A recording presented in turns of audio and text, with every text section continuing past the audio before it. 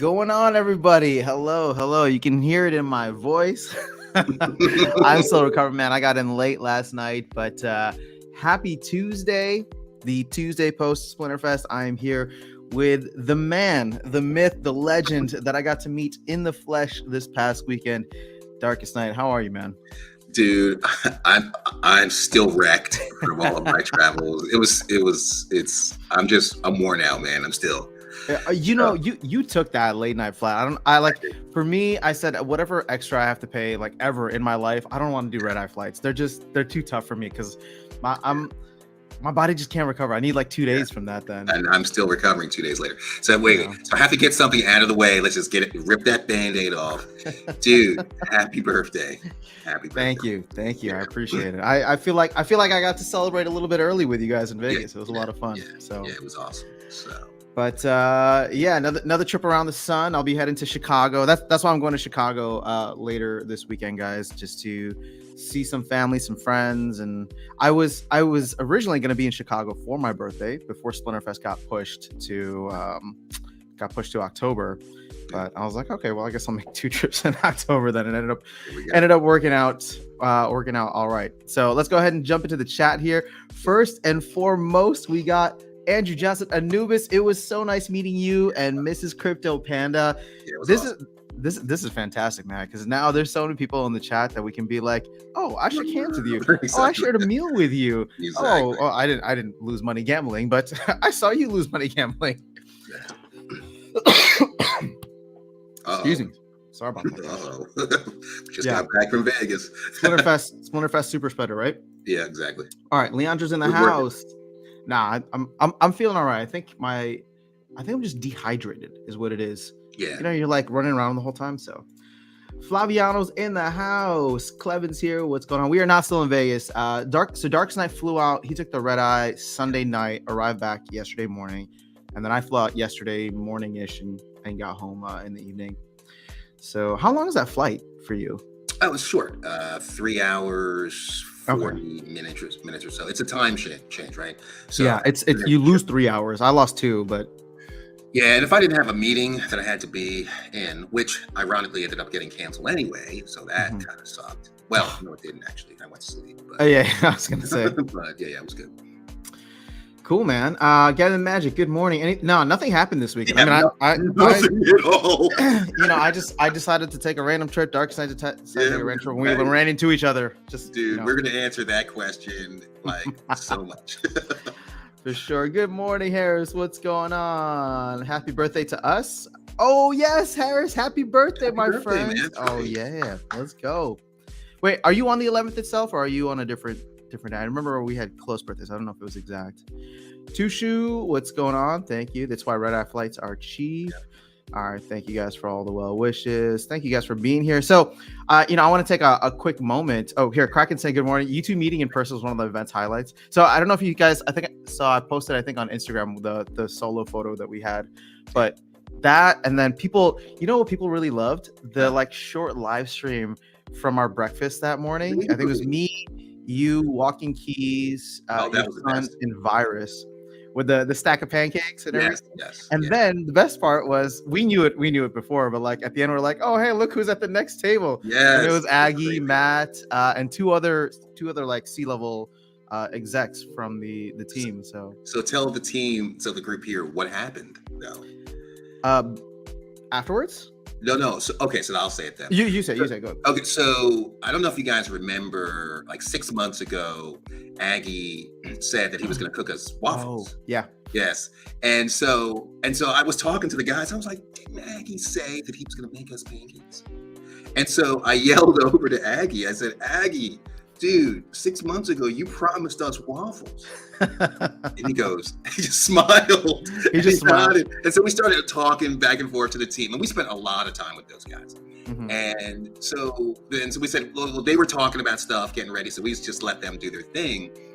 And then I can't remember who it was. I think it was Hardpoint. Was it Hardpoint? No, it was just Aggie, Matt, and then I know the other two guys, but it was one of the other 16-bit, and then I don't know. I know his name is Dennis, but I don't know what his like IGN or like is. But they're all like I think 16-bit is like the VP of sales. Yes. I forgot what Dennis does, but he's like I've been in one meeting with him, and it was like a really, no, I mean, it was like he seems like a high level guy. I don't know what he does. It But was very. yeah, It seemed like, he's a decision maker. We'll just put it that way. yeah. And so he comes over, he starts hanging out with us, and he goes, "Oh yeah, by the way, Aggie took care of you guys' breakfast." There were a lot of us Yeah. there, right? And we were like, what? And so I just looked at everybody and said, "Did he just make good on that random promise Yeah. that we had in that live stream 6 months Oh, ago?" You know, And we it should was have like awesome. we should have done something where it's just like Aggie made us waffles in a Yes. roundabout way. Yes. I mean, basically he did, right? Dude, those pancakes look so good. Yeah, it was crazy. I want to, Everything man. was crazy. I couldn't eat, so I was performing that day, and I'm like, I can't eat like before a Yeah. performance. Yeah. But man, these guys ordered, I think it was like a pyramid stack of pancakes. Was it like 7 or 8 Pyramid stack. pancakes? It was too much. Like, I mean, the first one's gigantic, right? It's the size of a plate, and then they get progressively smaller until they get to like the size of a normal pancake. Yeah, exactly. It was too much, right? Like Vegas is like all about excess, right? And I try not to do that. So Speaking of which, I mean, well, I try not to do that regularly, but speaking of which, we didn't get to hit up a buffet, man. That was the whole place is a buffet. For everything. depending on your appetite. Fair enough. So we did do the pizza thing. I mean, there's just so much. Yeah. But really, I mean, I would say it was just the interaction with the team. Like that for me was a lot of the highlight. Yeah. Matt, I mean, Yeah. sorry. No, go ahead. Finish your thought. Yeah, Matt. like hanging out with Matt. Like these guys were always on, right? Like Matt was always on. Getting to meet their families, right? That was cool too, and like just super cool, super chill. Mhm. But these guys have a vision, and it was like the last day when we were just randomly live streaming, and Aggie just comes up and walks up to us after, and we talked for like a half an hour about things that were important to him, right? It was 4 of us, and he just hung out with us, and that would have been great to get. So if you guys watch the live stream on Sunday morning, where it was like us, Anubis, Virus, like I literally hit end, and then Aggie walked up behind me and hung out with us for another like 15 minutes, just like casually, right? In like the lounge area. Yeah. Hey, actually, that would be something, because I mean, we asked him what he thought. Mm-hmm. Why don't you go through the more or less, if you want, or maybe even save it for another stream, because that's definitely sure. Like, So I think he talked about that on the town hall, and I haven't even watched the town hall because I was like running around Sunday morning. But he said it to us there, and then he said it in the town hall. So in case you missed it, and I may not even do a 5 biggest takeaways. We'll see if I can get to it, guys. But he talked about how he has these doctor friends, Actually, I don't know why they were doctors. Yeah, they were doctors. Yeah, but it doesn't really matter to the story that they're doctors. No, it doesn't. He just has friends, right? Doctor friends, and like every time that they see a baby or a kid, it's just like, do you want a kid more or less now, right? I'm sorry, they're a couple, right? Okay. So just he has a friend that's a couple that doesn't have any kids yet, and every time they come across a kid, I think maybe they come across a lot because the fact they're doctors, they ask themselves, do we want kids more or less now? And he used that as an analogy, and I know it's you got to make that jump there because people are just like, wait, doctors? But I'm like, he uses that as like an analogy or metaphor for the idea of, okay, when we do something, or when something happens in crypto, something happens specifically in Splinterlands, and for the example he was using, this one was Splinterfest. It's like, when we do something like Splinterfest, do we want more or less? And I mean, he's like chief FOMO officer, so it's always going to be more for him. Right. But it's the idea that, like, they're going off into all these different ventures now, and it's just like, okay, as they do more and more cool stuff, they want more of it, right? It's like everything has been a very positive experience. I mean, you think about September, they had 3 sellouts. 2 of them were in minutes. The other one was in 12 hours, right? So these are new projects that they're launching. There's risk there, of course, but the team has been very outside of land. The team has been very consistent. Next year sometime. Yeah, well. Yeah, don't even go there. We're on a positive. We're on a positive kick. We're on positive. I mean, land I think is not going to make people happy for a while, but I think there's the thing passed. So and hopefully there's a lot of other cool stuff coming to the ecosystem soon. But yeah, that was essentially And it. it was really in relationship, I think, to assets, right? So like one of the things he said was he says, I have tons of assets, right? I have tons of SPS. He said I may Yeah. not have the most, right? But I have Hmm. tons of that. No card collection is bigger because I collected, all the cards, and Yeah. they're all over the place. And but the really thing that struck me was, because I feel the same thing all the time too, is he asked the question, do I have enough assets associated with all the things we're doing, and do I have enough? And he was like, no. He's like, I don't have enough. And I said to him, I said, I'm so glad you said that, because I feel like that all the time, right? Yeah. I see where this train is going, and I'm not trying to hype up or anything. I'm just saying the fact of how I feel, right? Hmm. And I always feel like I don't have enough, right? Even though I might buy something, I'm like, man, I sure could use two of those, because I may want to sell one later, right? Yeah. And I said I'm never going to sell something that I use, right? So Yeah. that's just never going to happen.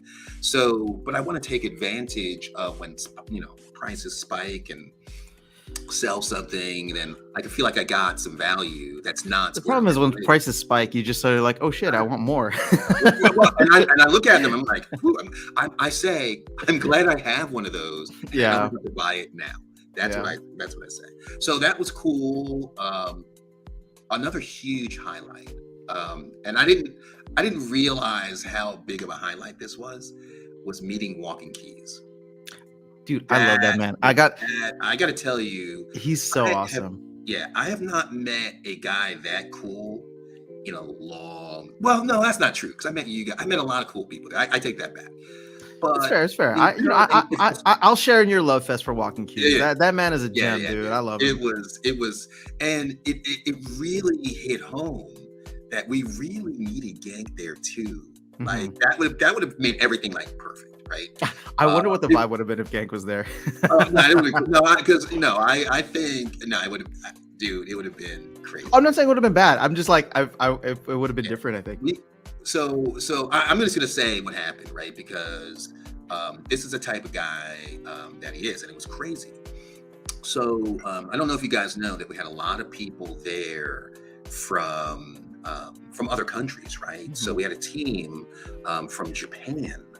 And so Half Blue was one of the guys, and I'm sure you guys have all played him and been beaten by him.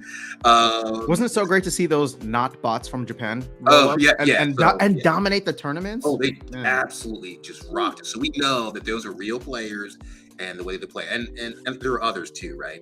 Yeah. And we'll get to them in a second. So, but there was a little bit of confusion about registration for tournaments. And again, now that we kind of know how that tournaments should work, this was the first like dry run. So there was a lot of, fluky stuff. But everybody's working on it, but that's not really the issue where we're going to go. So as a result of that, Half Blue was unable to register for the tournament, right? He missed the deadline. He missed the deadline, right?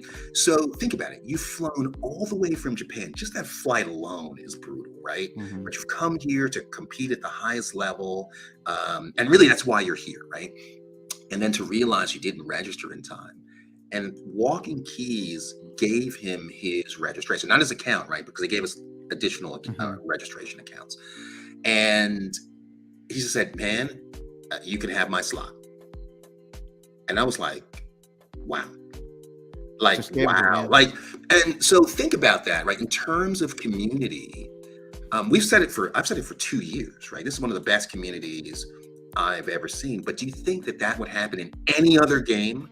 I don't think so. Well, I can't say that it would never happen in any other game, but I think it just goes to show two things. Like the what we love about this community is how generous people are, right? And that includes folks like you, Darkestnyte, who like delegate cards and do all kinds of like things for the community. And it just shows that it permeates like all over the place, even at the highest level. And I already was a huge fan of Walking Keys, right? But then you meet that man in the flesh, and he's just like incredibly. He's just like incredibly humble, incredibly nice, and then like literally just is like, just take it. Yeah. Not that I was like trying to play favorites or anything, but like from a storyline perspective, I was hanging out with Weirdbeard a lot, right? Weirdbeard is all about those storylines. So I was just like, oh man, if Half Blue wins this, and then it Yeah, becomes that like, like, oh, he missed it, and Walking Keys was there. They're gonna make him reenact it where he's like in his hotel room, like breaking down, and Walking Keys like knocks. And I'm just like, that'd be so awesome. yeah. It was just, I mean, but there were tons of stories like that. Yeah. Right. Not even tons. I mean, there were a lot. I mean, just seeing everybody the first night, Friday night at the pizza place, Mhm. like, holy We should go. We should go through like a timeline of events. Let's do it. Okay. Yeah. Hold on. Can we You'll get- have to guide me because I get overwhelmed. Because I remember, All good. all I remember is the overwhelming feeling I had seeing everybody. Yeah. So Friday was kind of a blur for me. So that's Here, all. let's do that in a sec because I want to just say hi to some other folks. So Tim Hendricks is here. He's saying good day to you, Darkestnyte. Not to me. Oh no, you said it to me earlier. I'm just giving you a hard time, Tim. What's going on, Joseph? Thank you guys. Thank you for the well wishes. Oh, Harris, your birthday ends in 1 hour and 40 minutes. Send me your IGN again. I'll send you a birthday gift. Nice. Or can you DM me in Discord, and I'll send it there. International Travel Channel in the house. Thank you guys. I'm glad you enjoyed the tournament moderation. When do you guys get Lux Vega? I'm not sure. Shout out to Walking Keys. It goes out for sale, right? So yeah, we're all gonna get it at the same time. It's gonna be a couple weeks. But dude, there's like Lux Vega coming out, then Oshore's coming out, then there's a lot of cards still set to the table. Shout out Walking Keys for streaming both days so we could be there. Why didn't this one live stream the event? They recorded. Yeah, they recorded. I don't know that I have a good answer for that. I don't think it was ever their intention to live stream the event. I don't think so either. I think they wanted to live stream the tournament as like a sports thing, but yeah, they didn't do the entire event. But I think they're planning on releasing everything. Like I think they want to maybe probably cut out some of the rough edges and just put out like the panels and all that. Yeah, actually, I talked to the guy. He doesn't like to be called a videographer, but that's what he was. And we talked for a while about that. And he says, I'm collecting as much of this stuff and they're going to edit it and all that stuff. So who was the video guy?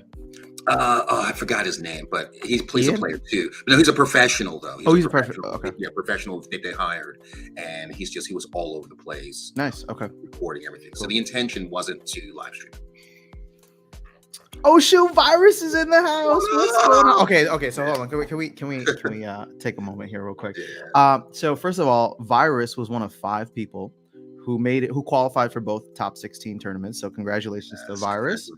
And then I got to hang out with Virus since like Thursday night. So I arrived there like Thursday afternoonish, and it was good meeting you, obviously, Darkestnyte. Good meeting a bunch of other folks.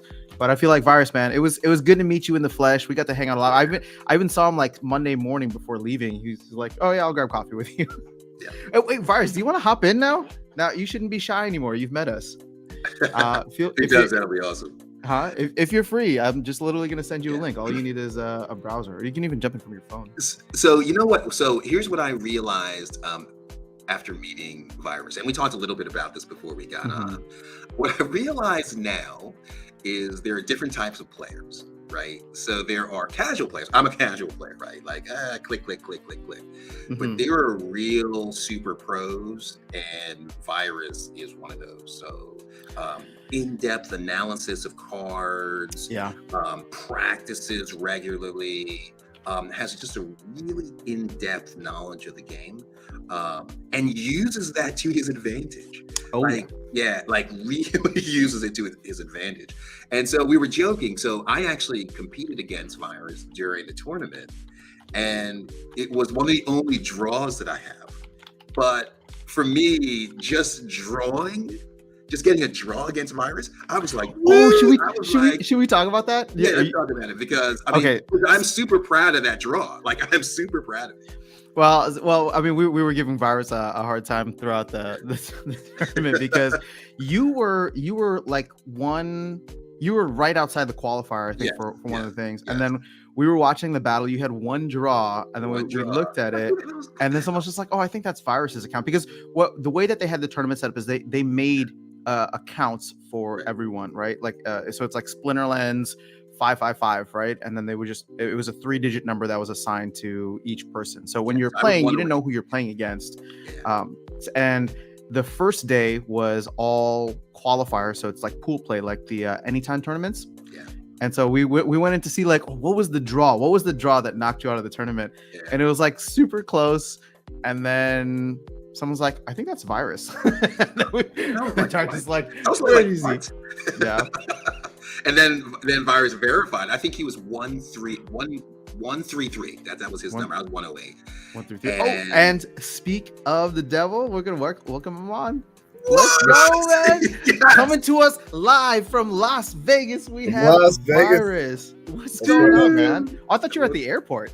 I'm getting ready to head to the airport. Getting ready to head to the airport. All packed up and ready to go. So I gotta head out of here quick. But Yeah, well, I just want to say hi, man. It's good to see you. Dude, excellent seeing you again. Oh, I had a really fun time hanging, man. I'm glad we were able to do that. Yeah, it was an incredible weekend. I mean, meeting both you guys and just hanging out. Getting to know you We guys. hung out a lot. So Dark, is that like bordering on too much? no. Well, no. I mean, again, that's what you want, right? Yeah. Want. I mean, that's why we're there. We weren't there. Well, we were there for cards and stuff, right? But really, interacting was really the thing that I think we wanted to do. So Yeah, Sure. for sure. so, what are your thoughts about it? yeah. Just the whole thing, man. I mean, just the whole weekend was incredible. I mean, meeting everyone and putting faces to the screen names that we see, and it's just it's so different actually being able to talk to the people, and going out for breakfast and talking Splinterlands is nuts, or going for breakfast and having the CEO and Yabba Matt behind you eating breakfast too. That was it was the coolest thing. I mean, it was an incredible experience for someone that loves the game to be here and to be a part of. It was you can't beat it. Yeah. Cool, man. Well, you did awesome in the tournaments, and I'm excited to see what kind of competitions we can set up in the future. I had some conversations with Chatter, and I'm hoping we can get more stuff. Both, well, I mean, for me, obviously, it's easy to do like in the country, but it'd be awesome if they can do more stuff around the rest of the world, because I feel bad going into it and saying like how awesome it was, because I know it's difficult for many people to attend, but like my hope truly is that like people in the future will be able to attend some kind of Splinterlands event, right, locally, because it's a very different vibe as to what Virus was saying. Just being able to like be around other people. Like for me in my life, if I want to talk about Splinterlands, I got to jump on the live stream. I mean, why do you think I stream like 3 times a week, right? But Virus and I were talking about, where it's just like, oh, it's nice to just like meet people and like talk about it in person rather than through a camera or through a live stream or through like Discord chat. Yeah, and it's funny because that's how you and I talk. We'll pick up the phone and we'll talk for a long time. And there really isn't, like, to your point, it's hard to find people that are not in the community that are willing to talk about it the way that we're willing to talk about it. And for as long as we're willing to talk about it, right? That's the thing. And to meet so many people that have been able to, that we could talk to, random people, and just have great conversations about cards though. I feel like Virus is the perfect combination of us, Darkestnyte, because he like understands the game and loves the game the way that you do, but then he and I also get to nerd out on all like the crypto DeFi stuff too. Yes. And it's funny, like, so that I was just talking about you, Virus, that you made me realize that there are professional players and casual players, and just your depth of knowledge of the game. You literally performed at the highest level with people that were from all over the world that came in to do this. So you should definitely feel really good about that. Now, I remember you got 5th, right, in one of the tournaments? Yeah, I got just 5th. outside the prizing. Yeah, I got 5th in the champion tournament, and then I just qualified. I got knocked out in the first round of the modern one. Oh yeah. I remember I was in the broadcast booth for the modern one, and then Virus just comes up and he's like, there's like a little window there, and he's just like, I was like, oh shoot, I was cheering for you, man. Yeah. But you know who did win? Did you get a chance to chat with D-Tough stuff? I did for sure. Yeah. I mean, that was an incredible performance. I like, that was a lot of fun. I think he was in shock a little bit afterwards, like just trying to like take everything in and like understand what just happened. He had to run up to, he disappeared right after the event because he ran up to his room to like decompress and tell his girlfriend what happened, because she was watching live, and it's good for him to go like celebrate with her. Now I was headed to the airport at that. So what is everything? Like, I don't even know the placement at all. Like, I have not had time to look at anything. I don't know that they were given the full placement, but Schnapoon, right, was, I mean, that guy placed second in both tournaments. Wow. It was that close. And what was great is that the second tournament, the champion tournament, went down to the wire. It was a full 5 battles, right? So tiebreaker, and I don't think the last battle was close, but it was like the perfect thing for a tournament to end, you know? Like you just want that like game 7 moment. Yeah. Wow. Yeah, if you get a chance, watch there's streams from Walking Keys or Jeff Opens Cards. Yep. Oh, cool. Okay. I think they both had that stream, from the pit with everyone there, and just that final match where it's just going back and forth, and one side's yelling when someone gets knocked out, and then the other side goes back and like yells when someone gets knocked out, and then that final ending. I mean, just like the cheers, Yeah. Wow. That little pit was just an incredible experience. Yeah. And that's what Weird Beard was going for, right? And I'm happy that it happened. I just wish that it happened like on the big screen, because it's like people who are just sitting in the stadium seating and watching the battles on the big screen, we would all hear you cheer before like they would show the battle. Yeah. So like, oh, something crazy happened. Yeah. But it's a learning experience for next time, and I think it proved the concept, right? Like this game is good enough to be an esport, right? It's not. People always diss it for being an auto battler and small player base, but it's like it's exciting. And as I told you guys, I'm like, there's a reason that I don't stream playing, right? Because my mom would not be proud of me and the things that I say to Dr. Blight when he doesn't stick the goddamn poison, right? So I'm just raging all the time. All the time. But it's fun, right? It makes the game exciting, and I think seeing it in that kind of group setting, arena setting, and guys, how beautiful was HyperX? Oh, amazing. Exceeded my expectations. Yep. Yeah. But they accomplished the mission, right? Which is how do we make this a success? How do we bring people together, make it exciting? And Weird Beard, so hats off to Weird Beard, right? Yeah. Like he knocked it out of the park. Like really knocked it out of the park. And I want to see more, right? I want to see more. Like I want there to be more, and this is only step 1. Step 2, 3, 4, 5, 6, 10, right? It can only get better from here, right? So agreed. Virus, I don't know. We don't want to keep you. I mean, if you got to go, feel free to run. If you got time, feel free to stay. I just don't want you to feel obligated. No, I do have to. I gotta get taken off. But there was another part to that half blue thing. I mean, some random guy took half blue out in the first round. Oh yeah, who who crushed his dreams? Because wait, can we tell that story real quick? Oh yeah. Because so Walking Keys gave his thing to Half Blue, and then the idea was like, okay, well if Half Blue can go and like win this thing, and he's gonna get like 10 plots of land, then Walking Keys was like, oh maybe he'll get one or something, right? Like as a thank you, as a token of appreciation for giving the spot. And so Half Blue goes in and gets knocked out in the first round by this man, Virus. Oh, you did knock him out. Oh, dude, that's hilarious. But and then you went over to Walking Keys, and what was that conversation like? So yeah, Walking Keys is right by the banister, and I was like, yeah, man, I just took out Half Blue. He's like, F you. That's awesome. So you are now the destroyer of dreams. Yeah. Yeah. Well, that's awesome, man. I mean, at least you got some good stories out of there that you'll see. Now we have some storylines for Splinterfest 2 or 2023, whenever that happens. Like, Walking Keys is gonna enter the tournament. Half Blue is gonna come back. They're gonna be gunning for Virus and be like, we want our revenge, right? It's gonna be great. Yeah. So I have one before you go. One quick question. So, of all the cards you used in the entire tournament, which one, and we were using the term busted, right, for some of the cards, like what card do you feel was the most oppressive during the tournament? I mean, that I played, I got a chance to play that Skargor Coral Lurker play in the championship level, but then I played it with Spirit Miner with the blind and the swiftness on it.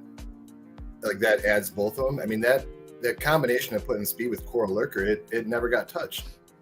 It got hit, I think, in the whole match. That Coral Lurker got hit twice, and that was without the enrage. So that combination is nuts. But watching Schnapoon and watching D Tough Stuff play, like their teams they were setting up were completely different. They weren't playing those modern metas. They were playing the metas they've been playing the whole time, for the most part, except for the fact that they also put in Oshur. Each of them played Oshur. Yeah. So I really wonder how Oshur is going to change the meta, but it seems like we're already seeing that, or already saw that. Yeah. So now you can play Shield Bearer in the front with Oshur right behind it, and so now you have a magic reflect block, or what is it? It's Reflection Shield. Reflection Shield. That's it. Yep. So Reflection Shield, and you have the Resurrect just built in right there. It's that combination. And a healer. Yeah. And a healer. So I mean the Oshur and Shield Bearer front line is a pretty potent combination. Come on, Rebellion, because I am not buying a Shield Bearer. I want that thing out of modern, but yeah, no, I mean I think it's definitely gonna. Well, I mean, depending on the mana, I mean, that Igor, the 15 cost dragon. Mm-hmm. Yeah. If you got the mana for that, then that combination is same deal. True. And he doesn't have shield, Igor but he has now. void armor, right? Yeah. Yep. And he's got a self heal too. I don't use that card enough. I wonder if you guys are using it. Agor Longtail. Well, I can't because you have mine. Oh yeah, thanks. You know what I was thinking? Just to get your quick thoughts on this, and Virus. Sorry, I'm not trying to kick you out, dude. I just don't want you to feel obligated and have to like butt in, right? So that's why I keep saying something. But if you do, feel free. I was wondering if the game would be more balanced if the manas for Coral Lurker and Agor Longtail were swapped. Like Coral Lurker is so dominant that if it was a 15 mana, it would make sense. And Agor Longtail, I don't feel like is as dominant at 15 mana, but at 11 mana, it'd be sweet. I agree with that, actually. Yeah, I mean it depends, because the meta for if you're playing that, it's basically if you have Kitty, then you shouldn't ever play Coral Lurker, because with that True Strike you can't play it. So like if depending on the mana cost, you can do that Skargor Coral Lurker match, or you can do Kitty. So if Kitty's there, you shouldn't play it. So it's not in the higher up, like when you're doing those champion battles. It's not quite as valuable because it can still get at least True Strike as its vulnerability. Yeah. But I could see it being up a little bit of mana. I don't know about 15, but maybe like 12 or 13. 12 or 13. Yeah, I guess I was just thinking about Agor Longtail. I'm just like 15 mana is a lot, and I don't feel like he's dominant enough for 15 mana. For example, I don't know why, but I actually like Chaos Dragon more in some senses. You get the blind and the blast damage that can go anywhere in the field. Yeah. But I don't know. Maybe I'm just not using it right. So once Oshur comes out, we'll see how it goes. So that's what we need to do, is have Virus back in to talk strategies in the future. Yeah, for sure. You're welcome anytime, man. All right. Well, thanks, guys. I do have it going, so. All right. Safe travels, dude. We'll be in touch. Thanks. Yeah, super cool. So I'll pop you off. Oh, there it goes. So, wow. So that was cool. What else, man? Oh, so you were gonna do your, and I gotta go in about 10 minutes. Oh shoot, is it time already? Oh yeah, 11 o'clock for you. Like, yeah. Sorry, I was thinking 11 o'clock for me. Yeah. All right. Well, here. Well, we don't need to go through the run through. We can do that. We can do that probably the next stream, right? Because there was so much stuff that happened. But yeah. Well, any other thoughts that you have on this? And then guys, I will catch up on the chat. I'll stick around, and we'll hang out for a little bit longer. Yeah, so I mean, just the cast of characters, that's really the big thing, right? Just the people that were there. I mean, I met Ashley, Yuki, Jeff opens cards, just like everyone that we're used to seeing, right? Streaming. And it was funny because I think I was talking to Jeff. No, it was Walking Keys, right? It was, and I said, you guys have been with me for 2 years, all during COVID, all during, just reduced interaction with just people in general. But every day you could hear, through my house, even if I'm not even actively watching it, people just talking, about Splinterfest, right? And it was weird to just see them all, see everyone there. You get to know people, right? It's like a weird like one-way relationship where you get to know people through something. Because it's funny, Virus literally said that same exact thing to me. He's like, I feel like I know you, but you have no idea who I am. You don't even know what my face looks like. Right? Yeah. I'm just like, I guess that sounds about right, because I do feel that way about the other content creators. Yeah, exactly right. Meeting Dwayne was awesome. We actually chatted for a while. We were gonna get a question in. And I just saw him. I said, "Man, you need to be in this line." Mm-hmm. And he said, "Well, I don't really have a question." I said, "How is it possible that you don't have a question?" And he only smiled. And then he said, then we talked about what I was going to ask, and I'll say what that is in a second. And then like 2 minutes later, he says, "You know what? I got like 5 questions." And I said, "That's what I thought." Yeah. So, but he was super cool. Just super chill. You could just see the passion that everyone had for the game. Yeah. Like that's the thing that just really blew me over. So here's a question that I was going to ask on stage, but Matt came up to me and said, "Hey man, I'm so sorry you didn't get your question in." And he goes, "I know it's going to be a good question." And so he said, "Let's talk about it." And I said, "Really?" That was really kind of him. Absolutely. What were you just like the last person cut off or something? No, there's one guy ahead of me that got cut off. Oh, but he just came up to you and was like, "Let me answer your question." Because we've been interacting the whole time, right? Yeah. So he knew who I was and everything like that, and he just said, "Hey man, like, what do you got?" And I said, you know, I love the game, right? I want to play more, absolutely love it, but this ECR is killing me. Mm-hmm. Right? And I said, I have to choose between playing and rewards. And I said, I get it. I can make that decision. So I'm not saying that you have to really make a change to it, right? Yeah. But I'm saying that it is causing me to have to sacrifice something. And I said, and again, this is not a flex or anything like that. I said, even though the rewards are great, invested a lot of money. My value of my collection is pretty high. Mm-hmm. And I said, no matter how much rewards I get, it'll take me years to kind of recoup it. I like getting what I'm getting, don't get me wrong. And he looked at me and he said, "Yeah, we're working on something." He was not specific. Said, don't expect specifics, but he said, "We are working on something. We realize that we may have overcompensated on the ECR. Don't worry." But he also said, he said, "You and there are others in this room are like the 1% in terms of the ECR was something bad, right? And it prevents you from playing. So they're evaluating it. Changes are coming." But he said, but the reason why we did it, that reason was valid, right? And I respect. I knew. I mean, I knew that was the answer. But the thing was, this wasn't about that, right? I'm not a bot. I'm not going to open up a bot farm. So put that to the side. I love the game. I want to play more. Help me to play more. Mm-hmm. And he said, "Help's coming." And I said, "That's good enough." There are a ton of people out that want to talk to you as well. So I'm not going to dominate the conversation with that. It's good enough for me that he said help was coming. All right. It could be a year from now. I don't care. Just knowing that they're working on it is good enough for me.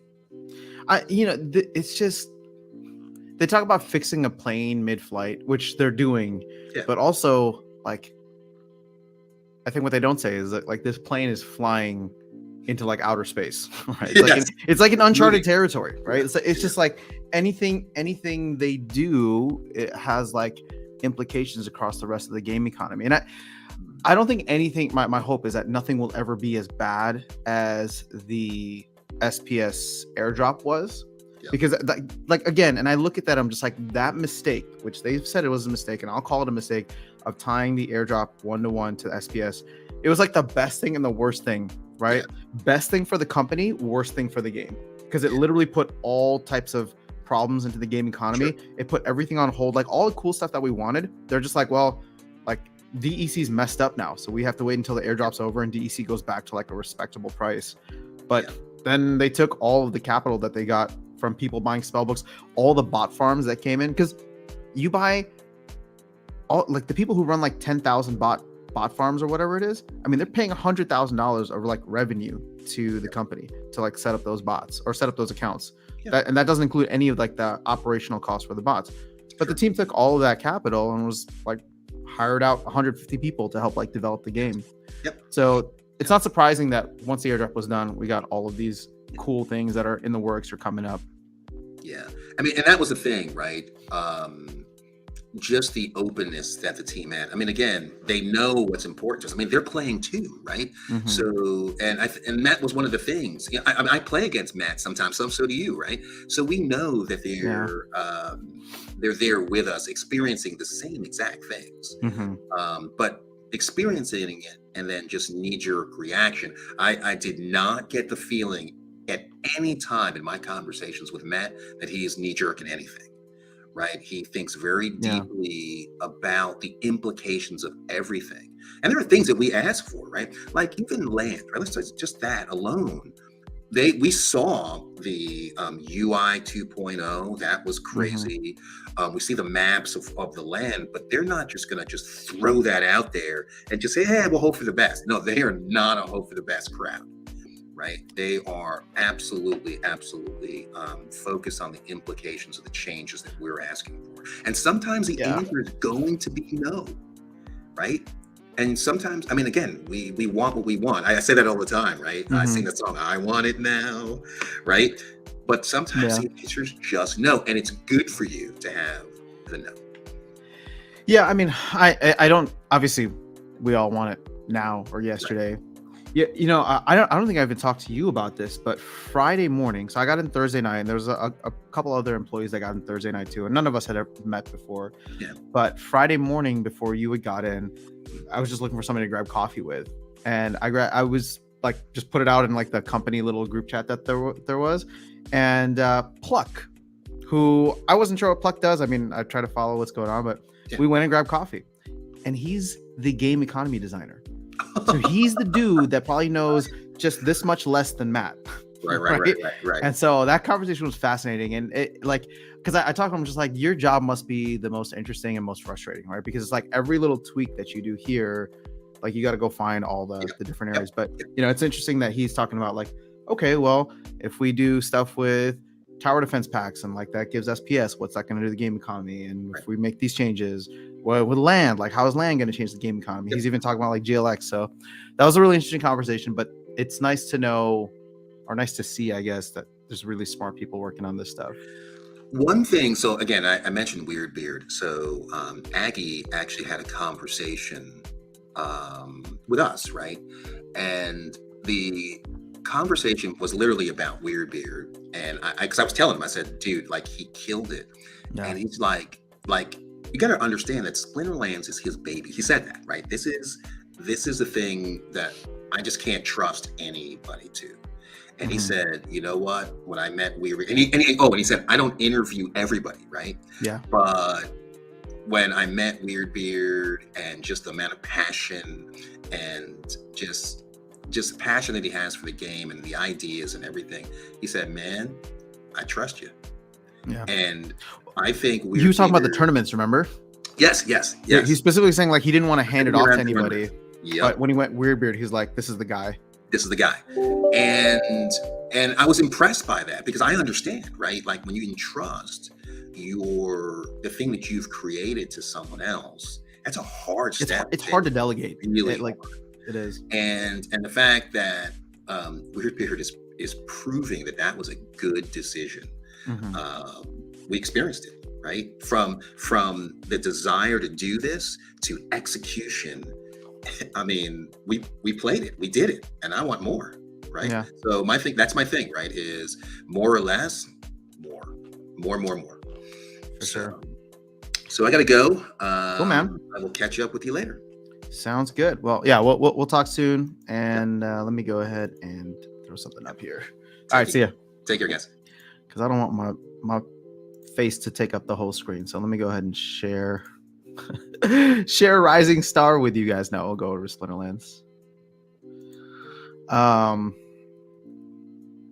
Okay, so I apologize, everyone, for leaving the chat hanging, but hopefully you enjoyed the conversation with Virus coming on and with Darkestnyte before he had to run. Let me see where I leave off. Raul, thank you very much. It's going to be a fun day.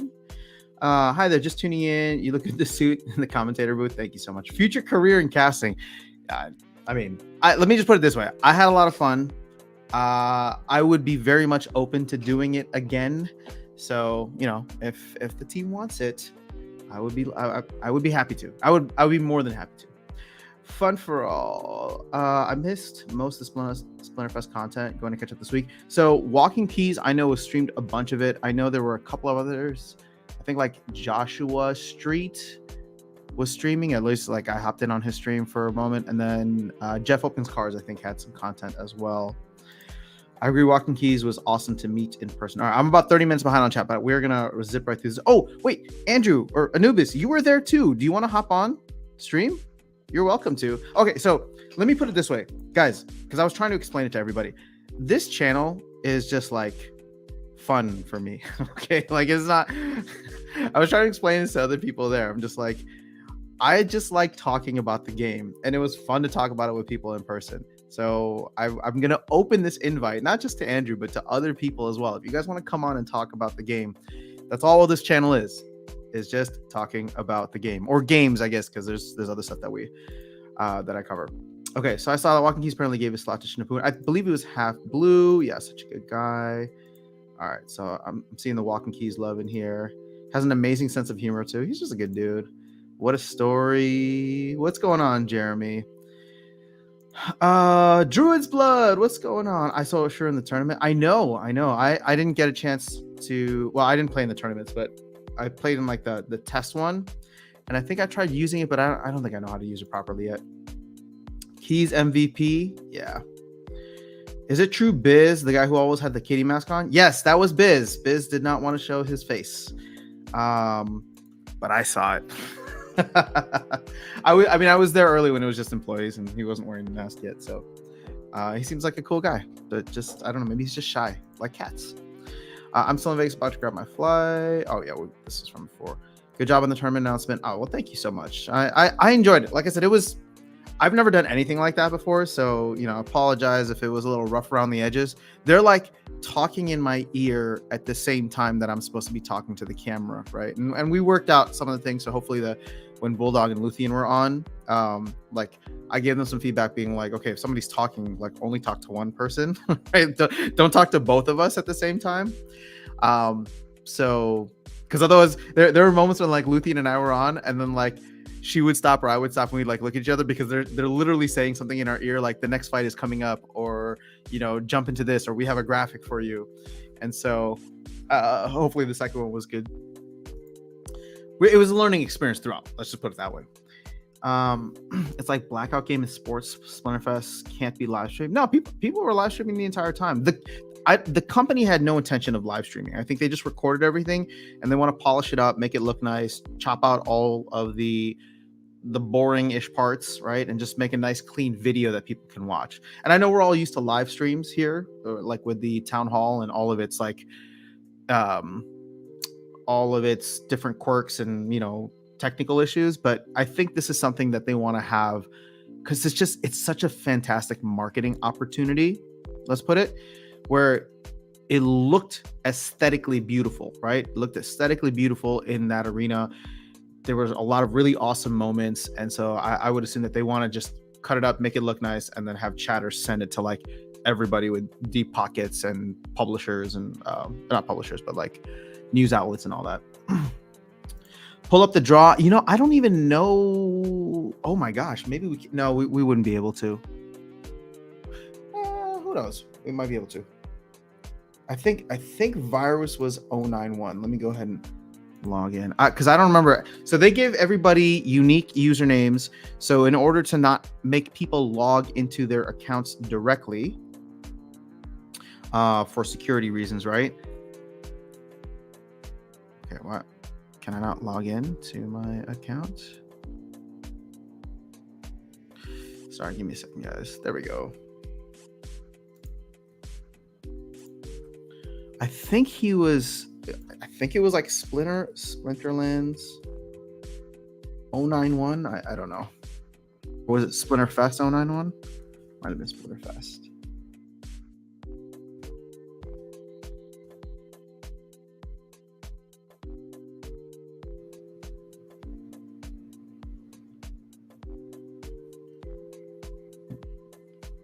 I'm gonna see if I can find it here. Oh my gosh, this was it. This is it. We found it. Okay, so this is the one where Virus. So Virus was. I don't remember actually. No, I think Virus was Lorna.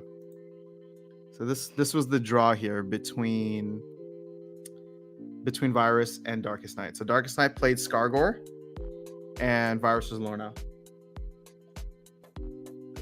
And I mean this thing, just to let you guys know, it goes to it ends up going to Fatigue ultimately.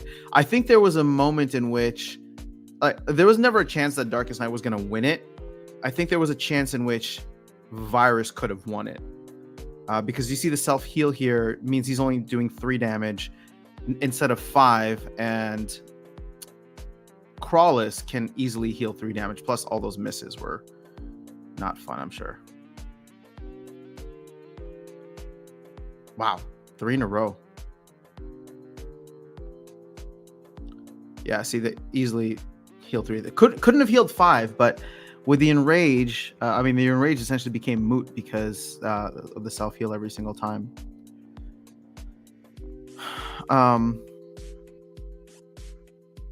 So yeah. All right, I really want to catch up on chat, guys, because I don't want to leave anybody hanging here. People saying hi, Virus. Oh, is the thing not playing now anymore? There you go. Now you can watch it. Of course, it can be streamed. It should be streamed. If they want to monetize that, easy, sell virtual tickets. I'm sure a lot of people will buy them. You know, that might be something for the future. I think that would actually be really awesome. You know, Virus, I'm gonna give him the credit for this because I think it was his idea.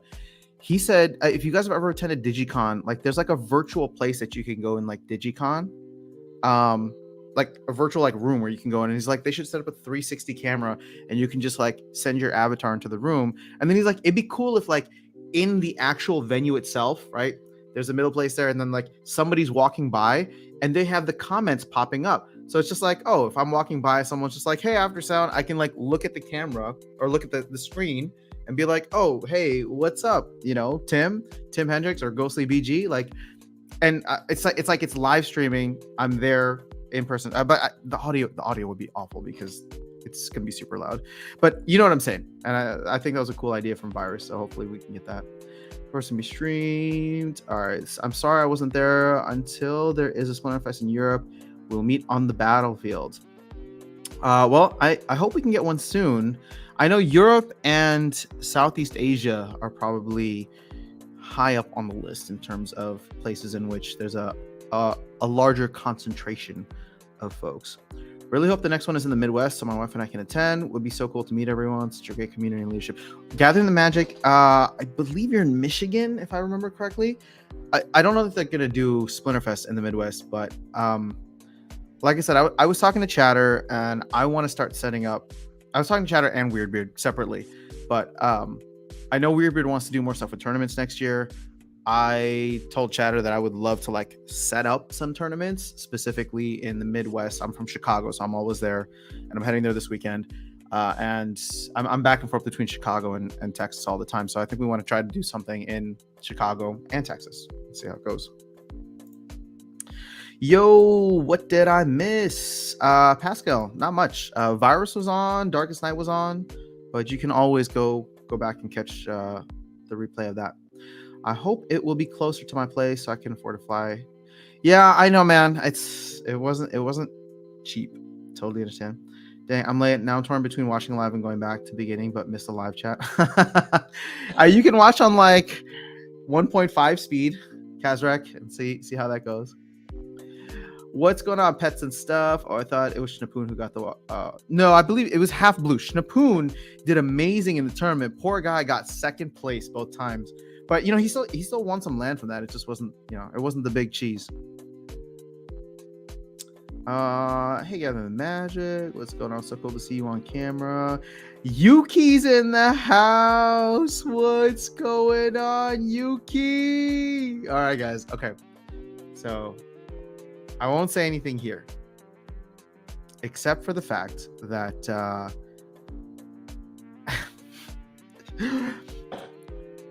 they revealed stuff about land. They revealed stuff about GLS, they reveal stuff about tower defense. But to me, the biggest reveal at Splinterfest was finding out who Yuki is. That was the biggest reveal. So Yuki, I hope you're doing well, my man. It was so nice to meet you. Oh, Plato's in the house too. What's going on? Oh, sorry guys. Okay, so I'm catching up. We're only like 20 minutes behind now, chat. Thank you, Darkestnyte, for asking this. I myself have been under 60% this season. Started at 3.5%. I came back. I didn't play. I didn't have a bot on my account, so I've been at 100% the last couple of days.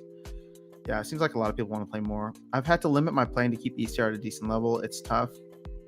I just like playing though. Like before I left, I was like, you know what? I don't even mind like not playing, or I don't even mind if I'm not earning a ton. I just wanted to play.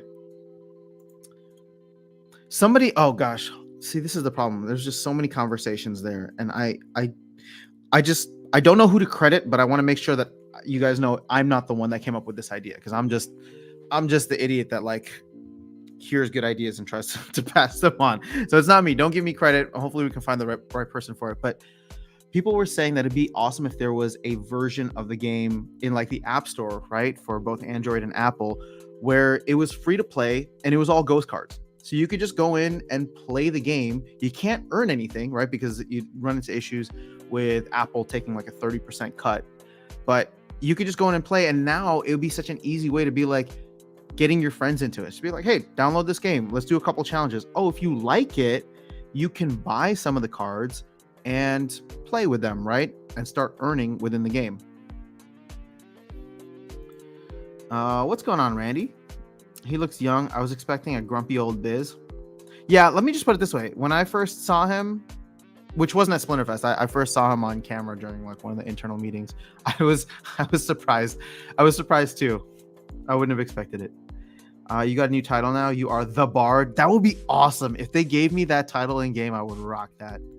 Baron's in the house. Dude, Baron, it was so nice to meet you and Luthien. I meant to message you guys last time, but I was just so freaking tired.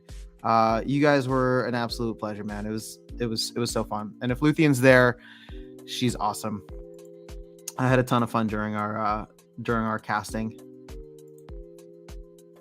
Do you remember that epic battle in Gold Tournament? I watched it again. That Jin and Ferni hit 3 consecutive stuns at the end. RNG was definitely blessing Brybro. Yeah, I don't know if it was 3 times in a row, but that last stun, the entire crowd was like, oh, it was a perfect battle. It was a perfect battle for like showing, right? Because they weren't showing every single one. For the first casting, I think it was very entertaining. I'm glad to hear that. There were a lot of hiccups. It was very rough around the edges. I will admit that. It was the first time that any of us had done something like that. Luthien, Bulldog, and myself. And so, I appreciate the fact that it was still entertaining for you, because a lot of other people weren't as kind with their words. And I was just like, come on, guys. Come on now. But I understand, right? People have high expectations, and I want to do whatever I can to meet them, right? And exceed them. So I think this was a good learning experience, and there's a lot that we can take away from it. Oh, Dwayne showed that battle? Yeah, it was a good one. Oh, what are you trying to do? You want to send me notifications? Is this...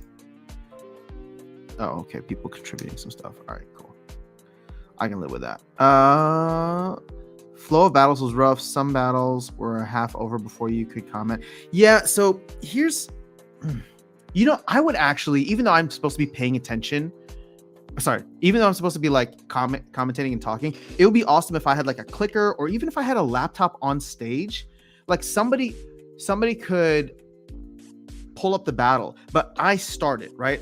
If I can start it whenever I feel like it, because you're absolutely right. Like Luthien and I were in the middle of a conversation and trying to wrap up something. They would start the battle, and it's like, I need to finish what I'm saying, or she would need to finish what she's saying, and then we go into it. And there's no time to do any pre-game analysis. And I think that is actually where a lot of the fun comes in.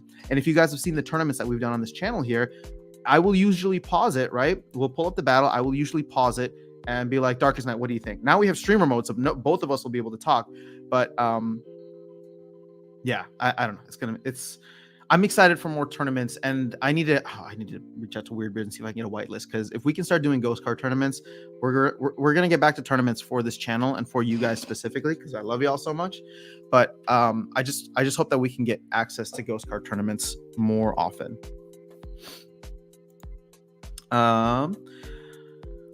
Orlando would be fun. I mean, if it's gonna be Florida, I feel like Miami makes sense as like a crypto capital. I mean, I don't know if it's Bitcoin, but crypto too. But if it's in Orlando, it's like, if it's in Orlando, I need to like go for like the week, because then I gotta do like Universal Studios and Disney World. But I'm not saying no to that. Jobby, what's happening? Yo, Dishonesty, what's going on? Your performance was amazing. Oh, well, thank you so much. I appreciate that.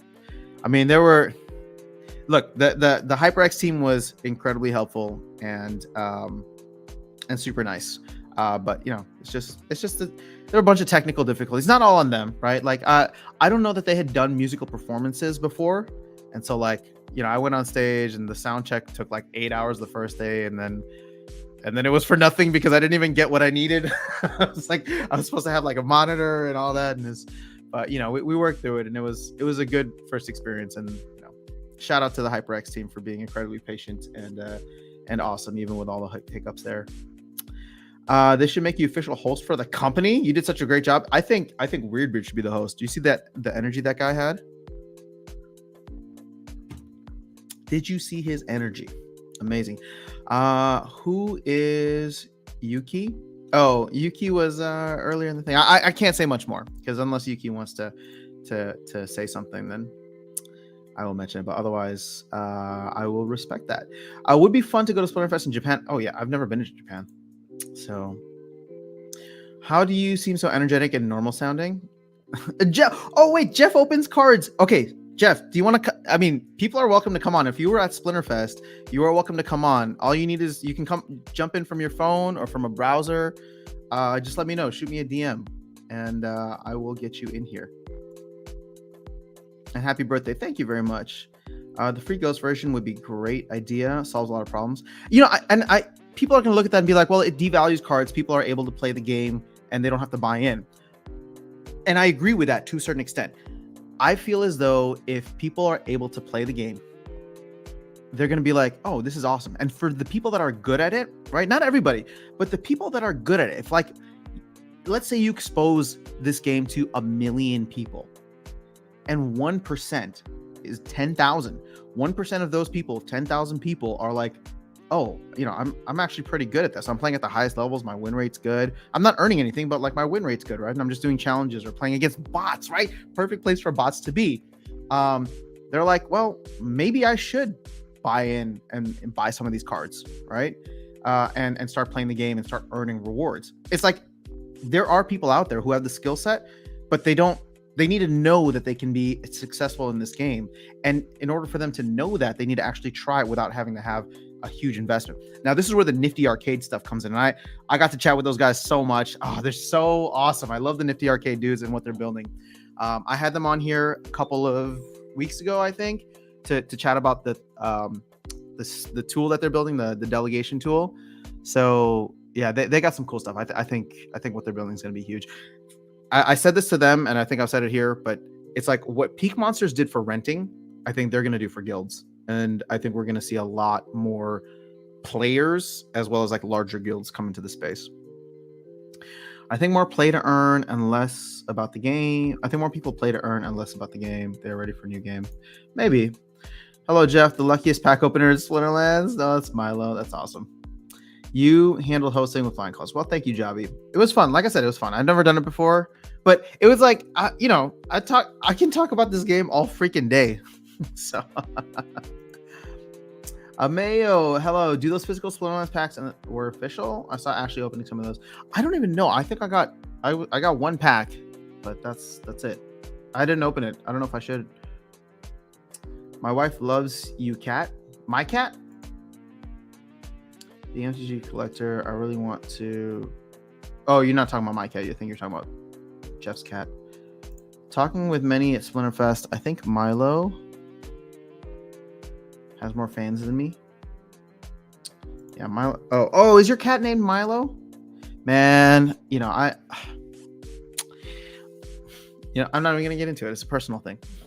I hired a cat sitter to come in and check on my guy while I was away, and they didn't. And let's just say that I was pissed and I was sad and I was upset. And I came home and my cat has like nonstop been like, he's like, don't ever do that to me again. And I just felt so terrible. Because he's like, don't ever do that to me again. I didn't see anybody for days. So I get it, man. Noda, oh my God, Noda, it's so good man. It was so good to meet you this weekend. And you know what's crazy? It's like there's so many people who come through on the live streams and on the channel who've been following that, like, it was phenomenal to meet so many people in person. And like I was very much like IGN to face, right? No names, just IGNs or YouTube usernames to face. IGNs to face, usernames to face, right? So Noda, sorry, Noda, I'll out you a little bit here, but Noda has a very similar story to me, but does security for the team. So if you see him on the town halls or when he's talking about, secure your stuff and all of that.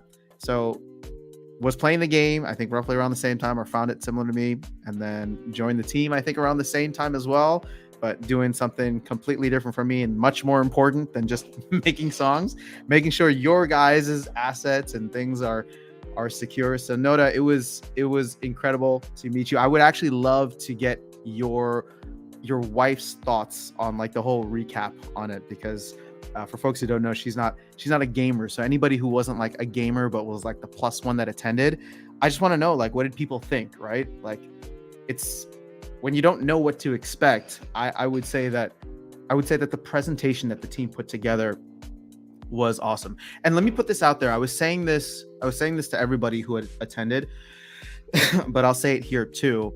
And this is not throwing shade, right? At Matt and Aggie, but Matt and Aggie literally just showed up, right? They didn't do anything. And I think they said that too. Like, they hired Weirdbeard, they put it into the marketing team, the creative team, and there were a ton of people who worked incredibly hard on really short notice to make this whole thing come together, right? And I think that just goes to show that there's incredible leadership and trust there, right? And they'll probably be the first to say the fact that, like, we go out, we find really talented people, and we put them in positions to succeed and bring us awesome stuff. So that's awesome. Yeah, shout out to Weirdbeard, shout out to HTT. I'm gonna miss so many. Reality versus Model, who wasn't even able to attend, and she did so much work for it. Oh my gosh, I need to shoot her a message actually. Chris, I'm gonna miss so many people. Chatter, but just there were a lot of folks who, like, literally blood, sweat, and tears went into making it happen, and I thought it was awesome. They should focus on esports events going forward to entice new players to join, one event per quarter and different continent. Crypto Beaver, I just want you to know that those conversations are being had. Okay, here, actually, let me put it this way. So I've spoken to Weirdbeard now several times in private before the event, and then obviously at the event. Here's what we need from the community, okay? It's not that the team doesn't want to do this. It's just, let's be real. This is bear market.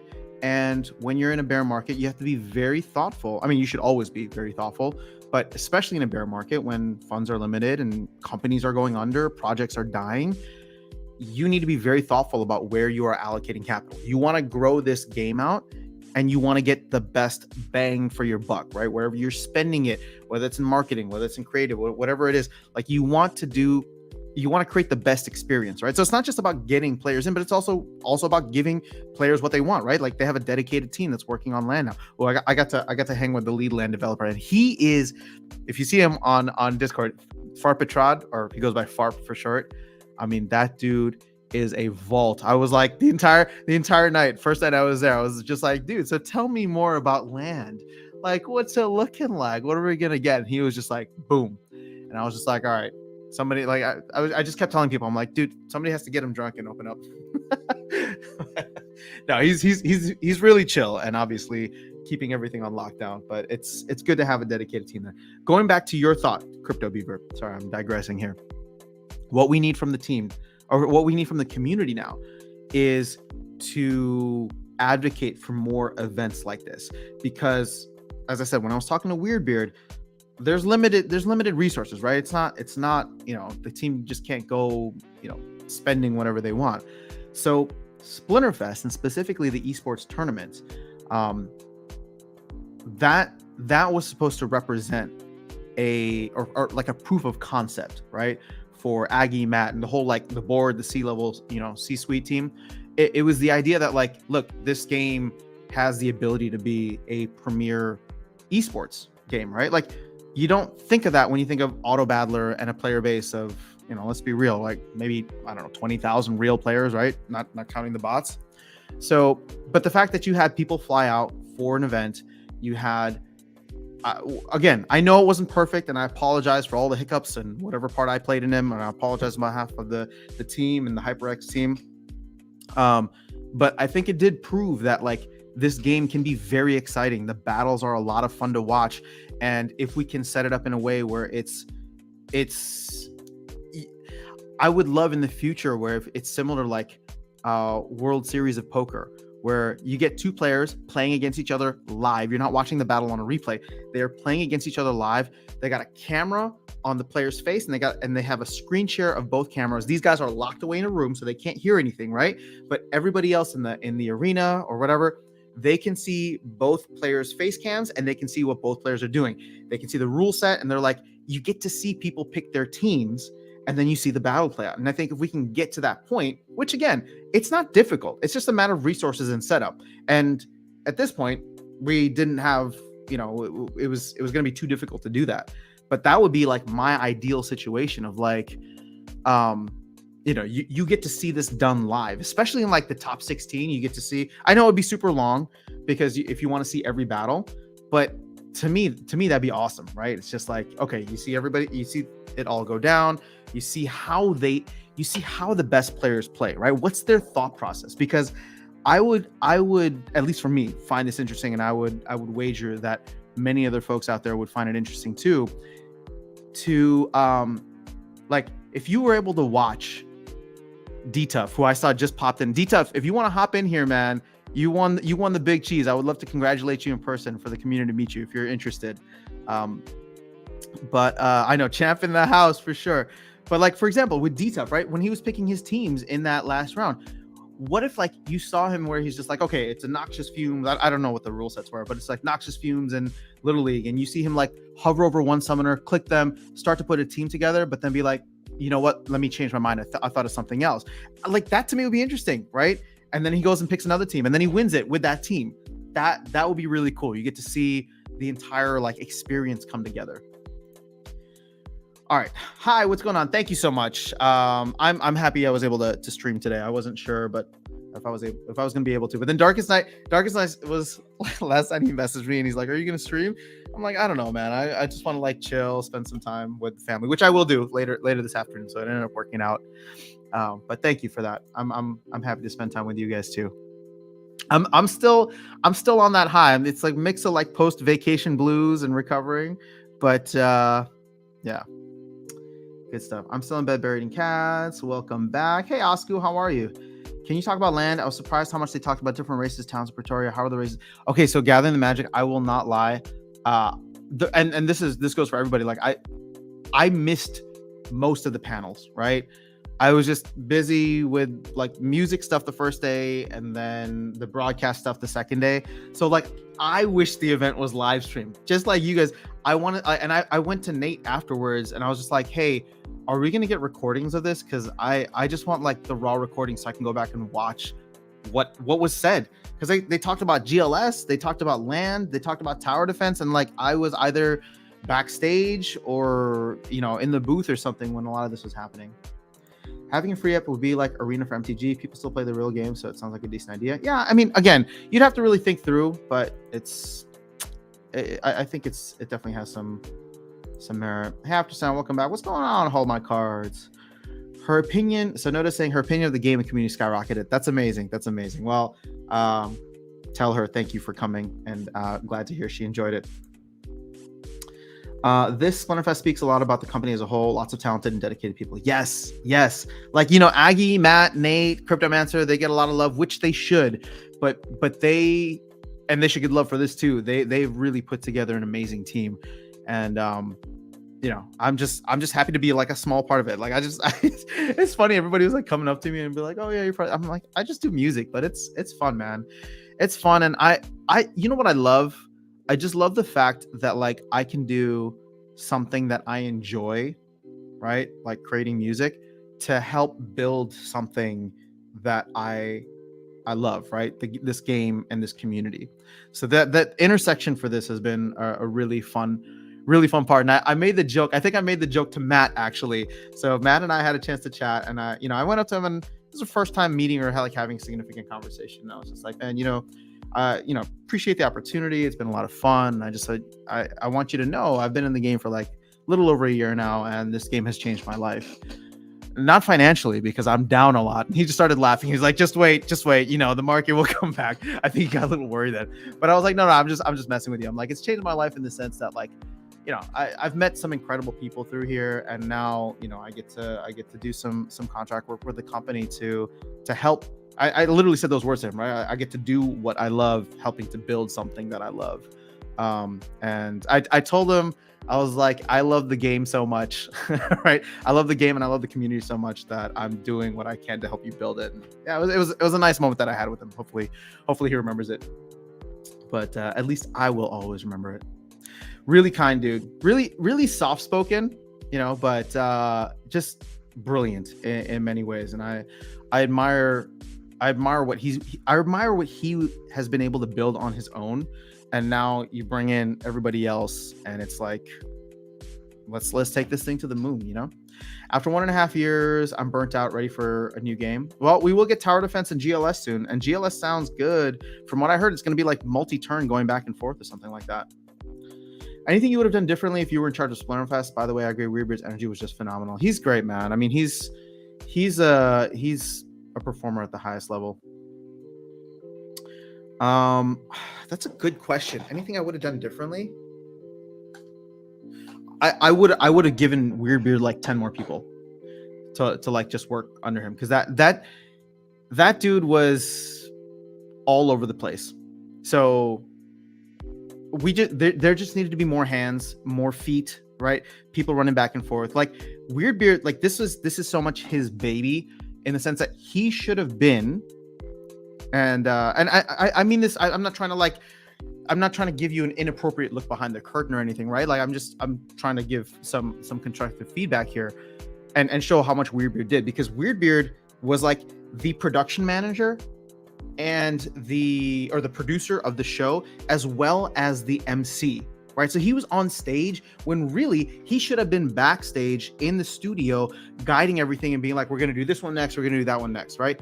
But he's also the dude on stage. So, you know, and there were some people backstage, and shout out to HTT, but it's like more people would have helped, because the tournament was still like very rudimentary, right? Like I was there for the second part where they give out like the usernames, as you saw, right? Splinterfest 091 or something. And it's just like, okay, well, now we need to match up. Somebody came in from downstairs. Now we need to match up the list of names to the usernames. We need to give that to the HyperX people so that they can put it on the screen. Like there's a lot of moving parts in the back. And I think if you'd given Weirdbeard like a couple more people, that would have been helpful. So, you know, it's just things like that.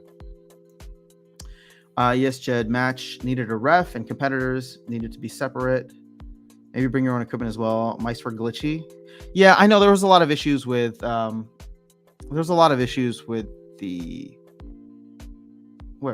yelled out Schnapoon's Splinter pick. Okay, so here's how I would do things differently from a tournament standpoint. You do the qualifiers, because it sounds like people were like yelling out stuff, and that's actually really bogus and makes me upset. This is what needs to happen. The thing goes for 2 hours, right? So the tournament lasts for 2 hours. That's how much they timed it for. What you need to do is you need to take those 16 people and you need to lock them in a separate room. And there cannot be any fans there. There cannot be any other people there. And they cannot leave, right? As soon as they lose. Because, for example, I was in the broadcast booth when for the gold thing. And as you heard Virus earlier, he got knocked out in the first round. And it's like, we hadn't even started covering games yet, and he came upstairs, and there's like a little window where I can see the outside of the broadcast booth. There's, you know, people standing out there, and he just came and looked at me all disappointed. He's like, dude. And so I'm like, oh shoot, like he lost already. We haven't watched a single game. And I'm like, he shouldn't be out there telling people. Nothing against virus, right? Like, but the setup should be, you take these 16 people and be like, whether you win or lose, you are stuck in this room, right? Or stuck in the green room or whatever until the tournament is over. That way, everybody is in the stands watching this on the big screen rather than in the back room where all the computers are at. So that's probably the biggest thing that I would change from a tournament standpoint. For everything else, you know, it was your usual event. You had your panels and stuff like that. They have their delays. They have their technical difficulties. I don't think you can really change much about that. So, you know, it's going to be what it's going to be. It's never going to run perfectly. But from an esports standpoint, I would definitely try to set it up in that way. And then I would love it, like I said earlier, where it's just like once you get down to like the last couple of battles, maybe the top 4, for example, right? You get to watch all of those battles, and then you get to watch it live. That would be phenomenal. Absolutely agree. MTG do it very well. D-Tough, it was awesome. Wait, so D-Tough, did you want to hop in here? You're more than welcome to, my man. I saw the replay was bad. And okay, hold on. I'm just trying to catch up on your chat. D-Tough, I mean, whoever was there, you're free to come in and share your experience. Or I'm just hanging out. I didn't hear the guy yell that while speaking the team, but it was pretty egregious in the final match. That sucks, dude. That really sucks. And it's not your fault, D-Tough. It's just that's bad sportsmanship from the people there and the fans. Sorry, I just had to respond to a message. Wow, D-Tough is here. Congrats. Oh, so D-Tough, I talked about this earlier. Now, when I was doing the broadcast booth, because Bulldog called it, I think Bulldog predicted D-Tough to win, which is awesome. And it's funny because I was gonna predict the same thing. I probably let me clean this up a little bit. I probably wasn't gonna say that he was gonna win, but I was gonna reference the fact that we held a private tournament and that D-Tough won. So he's like one of my front runners. And I told him that before he went in for his tournament. And so after he won, I was just like, oh, I called it, or kind of called it. D-Tough, you know what? Screw it. Let's just post it here. I could hop in for a little bit. Send me a link. Let's do it. That would be awesome, man. All right. So I know I'm posting it in the public chat, but this is just for you, D-Tough.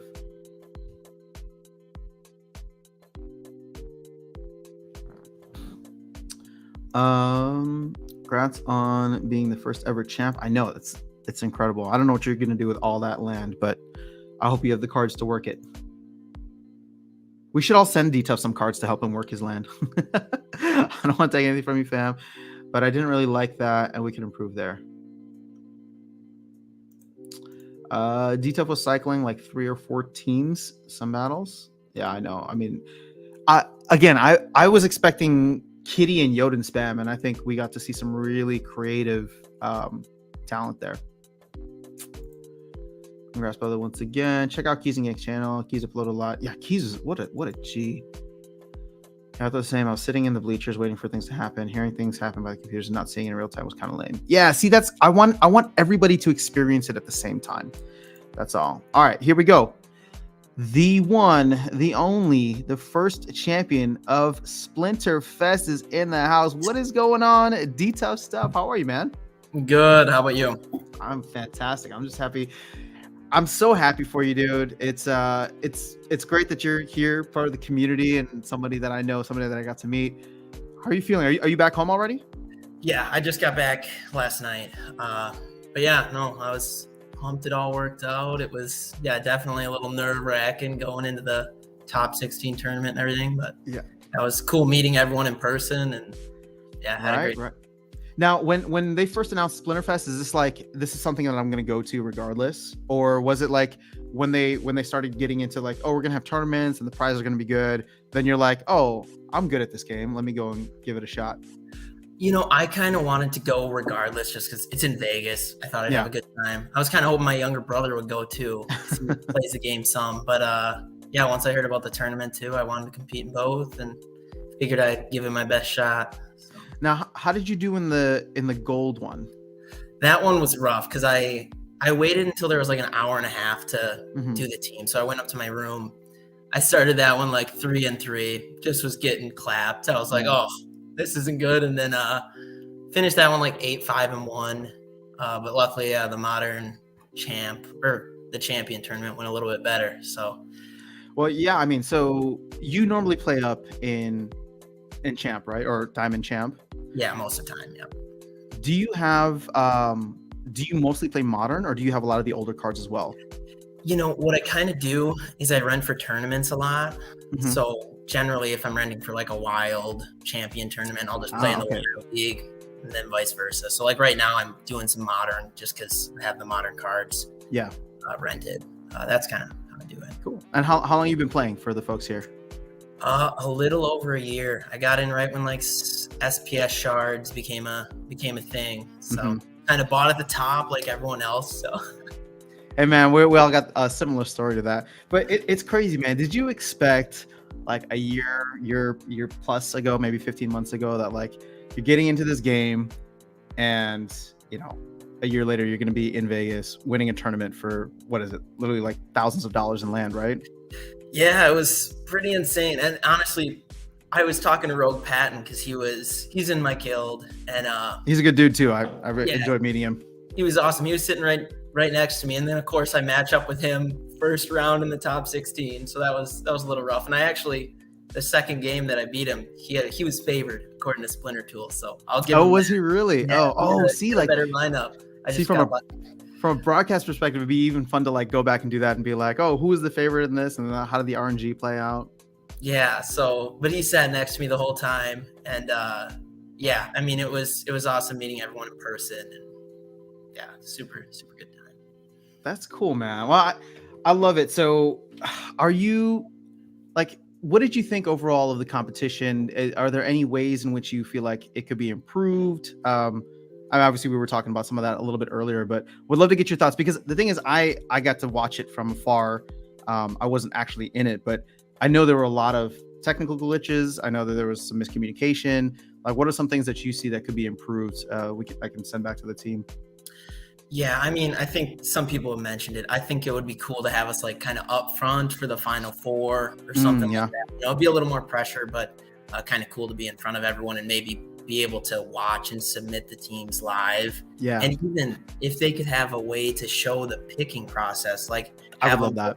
there. I think that'd be so cool. I mean, I watch a lot of professional StarCraft, and you know, seeing them up there and you know, watching their live reactions to what's going on in the game, I think is super cool. So I think that would add a lot to it. And I mean, that's kind of the whole game, is the selection process, and seeing, it's like in the last game, I knew all that mattered was speed. So when I saw I could pick Creeping Ooze, and then there wasn't really other good options for speed modification, I thought that Creeping Ooze was the one who did it for you, right? I mean, I remember the battle, not perfectly, but I just remember watching and being like, oh my gosh, Creeping Ooze is like a major factor in this, because you're going first on every turn.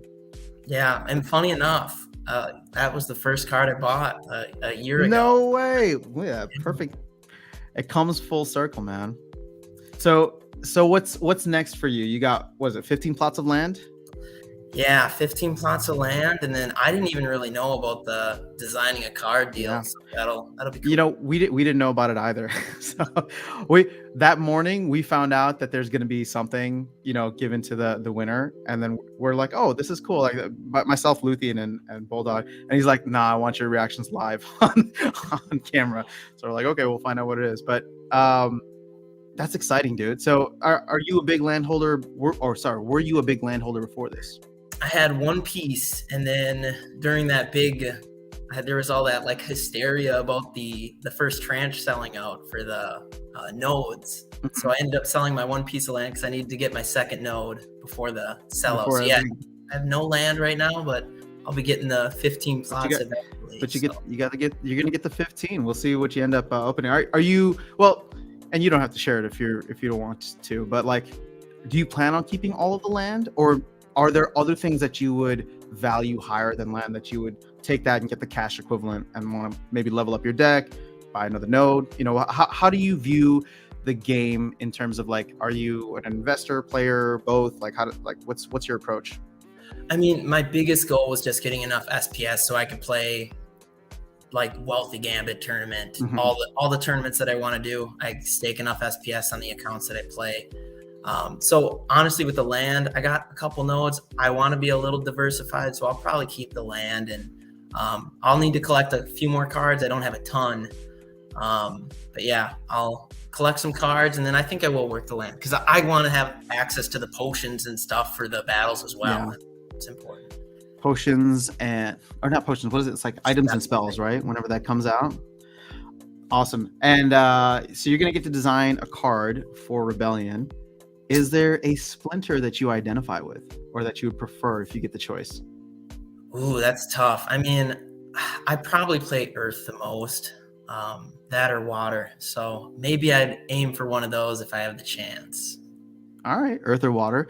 Is there like, if it's a summoner, is there like a buff that you would love to see the Earth or Water team have? A buff or debuff or thing like that? I mean, if they have the name Tough Stuff, I feel like Shield is going to be okay. That to the whole team or something. But yeah, I haven't heard anything about it. I don't even know if it's a summoner or a monster. Yeah.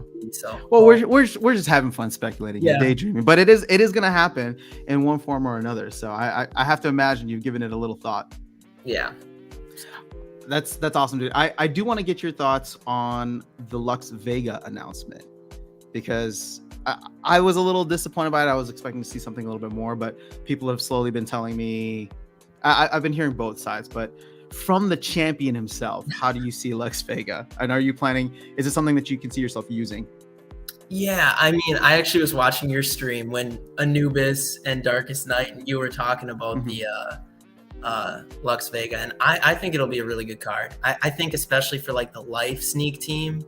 I mean, Divine Shield is great, but one armor is going to be pretty much the same as a Divine Shield for the reverse, when you're doing the sneaking meta. So I think it'll be super good. It'll be great to test it out, but I was pretty impressed by it. I mean, I'm happy. So you happy? You're planning to get one. You're not going to sell your token or your reservation. Yeah, definitely got to have that. I got to put it next to my Waka because that thing turned out. So. Did you use Waka at all in the tournament?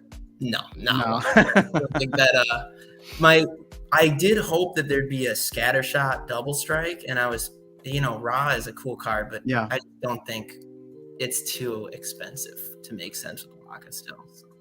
That's fair. So we didn't get to see all of your battles, obviously, but was there a summoner that you felt you used a lot more than others, or maybe was used against you a lot more than others? Obviously Kitty's going to be played oftentimes, and that was one thing I always kept in account. If Kitty's available, you can't really try any dodge stuff, and I made that error. First match for Schnapoon, I played the Nightmare, and I should have known he was going to go Kitty, so that was a big mistake. But yeah, just kind of keeping an eye. Skargor, that was a super good one. I played versus Brybro in the second match, and it was only fire, and he went Jotun, and Skargor with the new 11 mana taunt. What is that? Coral Lurker. Turns out that's pretty good. I mean, this Splinterfest was like a promotional PR opportunity for Skargor and Coral Lurker. You just look at the market and see how much those have skyrocketed after people seeing them using them. What was I gonna ask next? So I wasn't down there in like the pit, but not for the finals, right? Because obviously there's only 2 of you left, or even the semifinals. But like in the first round, do you know who you're playing when you start playing, or do they not tell you that information right away? They don't tell you, but I happen to be sitting next to Rogue Patton, and he so we knew each other's numbers because they said, you could like see each other's screens though, no? Yeah, so right away, and we're in the same guild, so we're not going to be screen peeking, but right away he's like, oh my gosh, I'm playing you. So we tilted our monitors sideways and they perform board, but we're like, no, it's fine. We're not going to be cheating on ourselves. Yeah. And then the second game, I guess Brybro knew he was playing me, but I had no idea who I was playing. And the only one I knew for sure after that was the finals with Schnapoon. So. Oh, you don't know who you played in the semifinals? I don't. And the semifinals, it was kind of weird.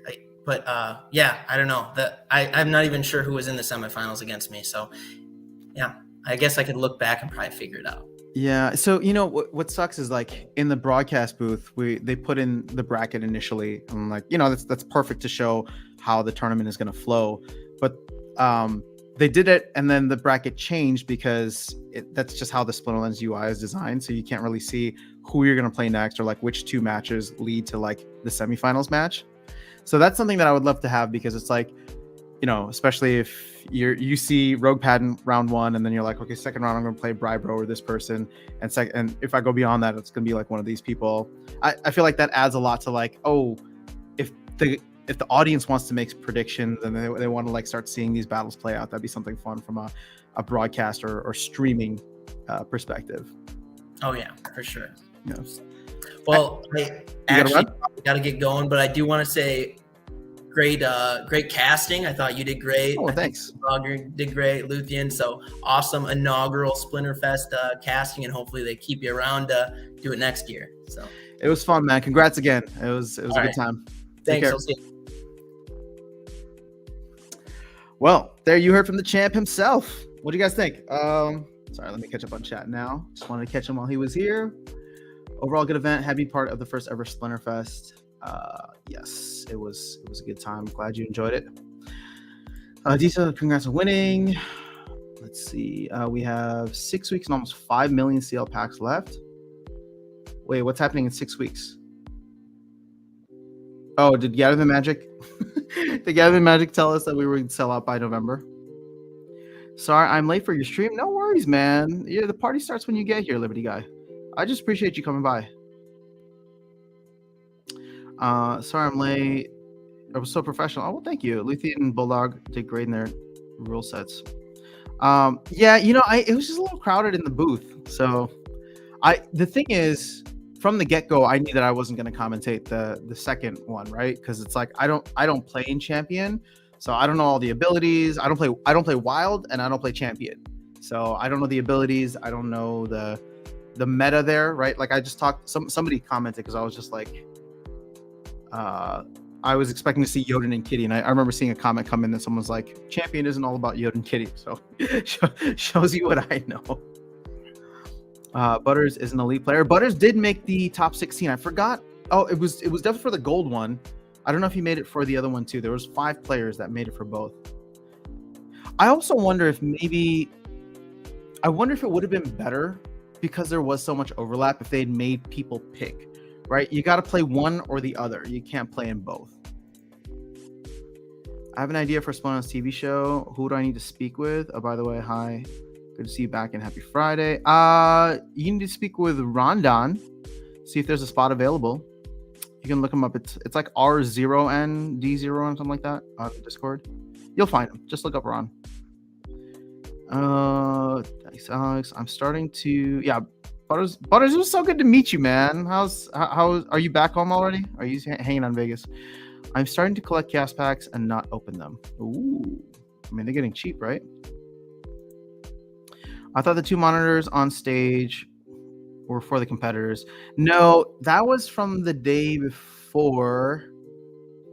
It would have been awesome, right? That was from the day before, and all the panels that they had, I think. How was it meeting Queen Luthica? Am I supposed to know? Is that Luthien? It's got a lot of the same letters. Pretty cool too. Maybe for tournaments, we could have a lock-in team option, and the battles could be started on the back end with competitors on the main stage. Oh yeah, that would be so good, Butters. It'd be great. Yeah, you know what? You're absolutely right. What they should do is have something where the team. Oh no, it would just take too long if they like. No, never mind, because they would still know. It was almost a good idea for me. It's a good idea from you. I just don't know how it'd be implemented. My idea was going to be bad. I really wanted to see players come on stage and hype up the crowd. Was sad about that. Yeah, that would have been nice. I can't believe they didn't get the players on for like the on-stage interviews. That would have been good. I would love to see the team building. That's like the most of the game. Yeah, I agree. I can hop on for a little bit. Okay, so how far about? Oh shoot, we got 20 minutes behind again. Where how am I doing on time? 10:55. Give me a second, guys. Let me just see here.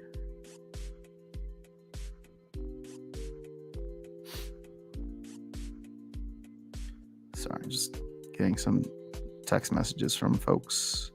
Just want to see if there's anything I need to reply to. Doesn't seem like it. Not yet, at least. Okay, so the whole event was amazing. There will always be hiccups, especially with the first one. I go anywhere for the next. Love it, man. Dude, Baron, Baron, I apologize. I meant to text you. I just got home late last night and dealing with the cat sitter stuff, and I was exhausted. But it was so fun meeting you finally in the flesh. I just wish we had more time to chat crypto stuff, and it makes sense. Splinterfest, we're going to be talking about Splinterland stuff, but it was so great to meet you. Let's hear it from the champ, Dito. All right, Yvonne. Oh, I got to meet Yvonne too. How's it going, man? Again, for everybody who was there that wants to come on and share their experience, you can use this link or let me know. Harris, you want to hop in? I mean, guys, you're always welcome to come into the show. You know how it goes. It's an open invite. Today it's preferred open invite for people who were there, just because I want to give them a platform to talk about their experiences. But I live stream 3 times a week. So Oscar, here's the one he was correcting me about.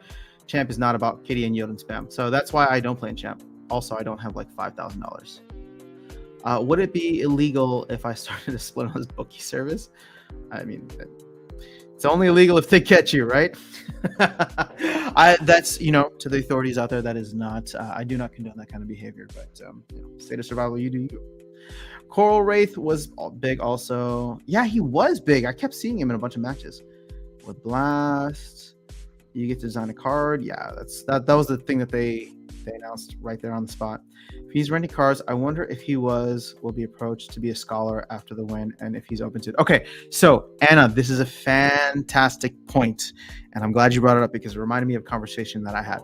Somebody, and I won't say who, just to protect the anonymity of the person who was asking and the person who was asked. Somebody was already approached, and I heard this, who placed high, right, on actually I think both tournaments, maybe, recounted to me afterwards that they were approached by a guild and said, what guild are you in? Do you like your guild? Are you happy there? And I just want to say that I called it.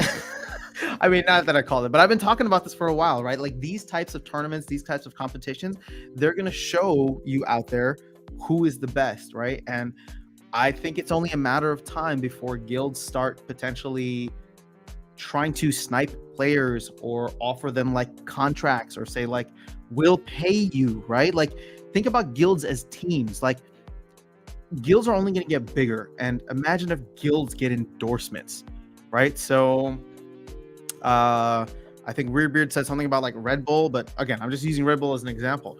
Like, what if like the top guild, like Immortal Gods or Team Possible, what if they get some kind of like endorsement deal, and they're just like, okay, well, one of the benefits of like being in our guild is that you get like a little thing from Red Bull, or let's say it's a gaming not a gaming company, but like a gaming equipment company, right? Like, you come in and they're going to set you up with a full gaming rig or all the accessories that you need, right? But you got to come in and your contract is to play 3 or 5 brawls with us, and you have to perform X amount, right? Like that. This is what it's going to turn into if we go full esports. You're going to have those types of contracts that you would normally think of for the NFL, NBA, soccer / football around the world, right?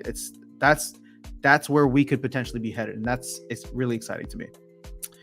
Good call, Anna. Most probably, but the question is if it is worth it. Good morning. Oh, this is Luthien watching with Baron. Okay, just woke up. Luthien, I had so much fun. It was so nice meeting both of you guys. Yeah. Super fun. Okay, so keep the land, good man.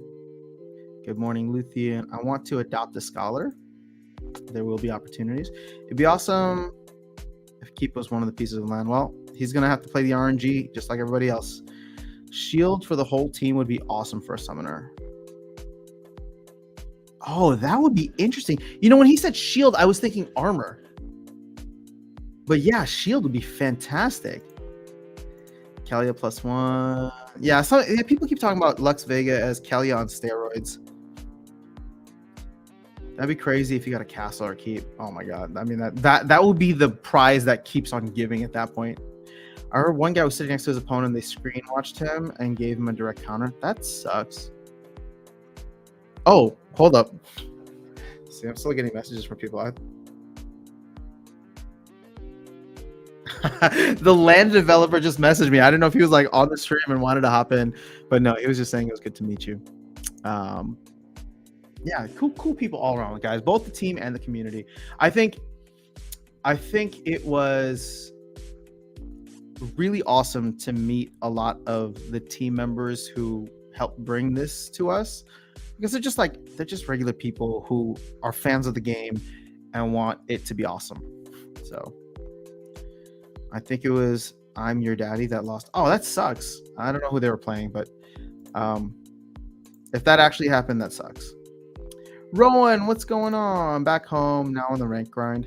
Yeah, I started playing yesterday. I'm like, oh, I haven't played in a while. My ECR is at 100%, and then I lost too much, so I stopped. What's up, Icy Flow? Good to see you here. Aaron, yo, you killed it on stage performing Nerdy. Oh, well, thank you so much, Aaron. Like I said, I had a lot of fun, and I would love to do it again if the team thinks so as well. Wish they showed us card picking stages during the top 16 for each player. A lot of analysis can be made on why they pick certain cards on certain rule sets. Great job, by the way, on casting. Thank you. Yeah, I mean, there's a lot that we could do. The thing is, so the tournaments just took a long time in general, especially on the first day. Somebody did the math because the first time was ghost card tournaments, so they extended the time to 4 minutes to pick your teams, and it's like, if every tournament, or if every play like matchup went between, went to the max, like you could spend like 2 hours just doing your whole in group play. So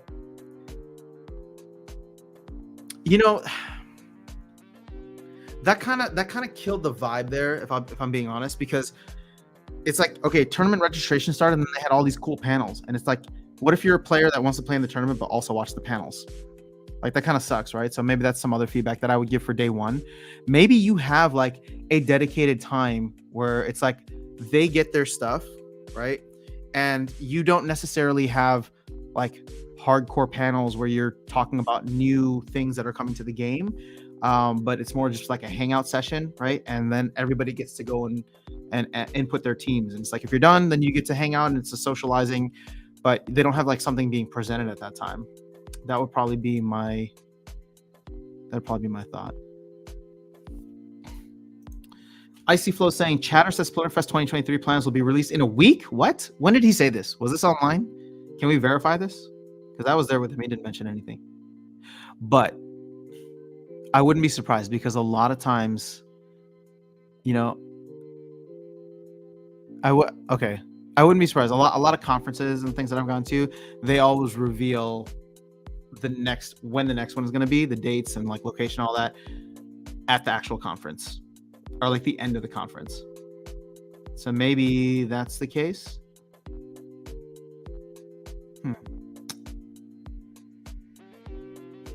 Just curious where you saw him say that. And if he did say that, what's up, Willa D? It's good to see you here. Oh, he said it in Mav last night? Oh, I totally missed that. It's not that I don't believe you. I just want to see what he said. Because now my theory, I want to say Houston. Oh man, I'm so behind on Mav chat. So we had a professional photographer at the event. Oh, that'd be cool. We have already started making a list of items to improve for next time around. We'll be sending out a feedback form within the next week to sort of collect community feedback. I don't see him saying it here. It seems like the Philippines are a lock, however. I'd love to get one going on the East Coast or Europe. Wait, did you guys see this? He said the Philippines is a lock?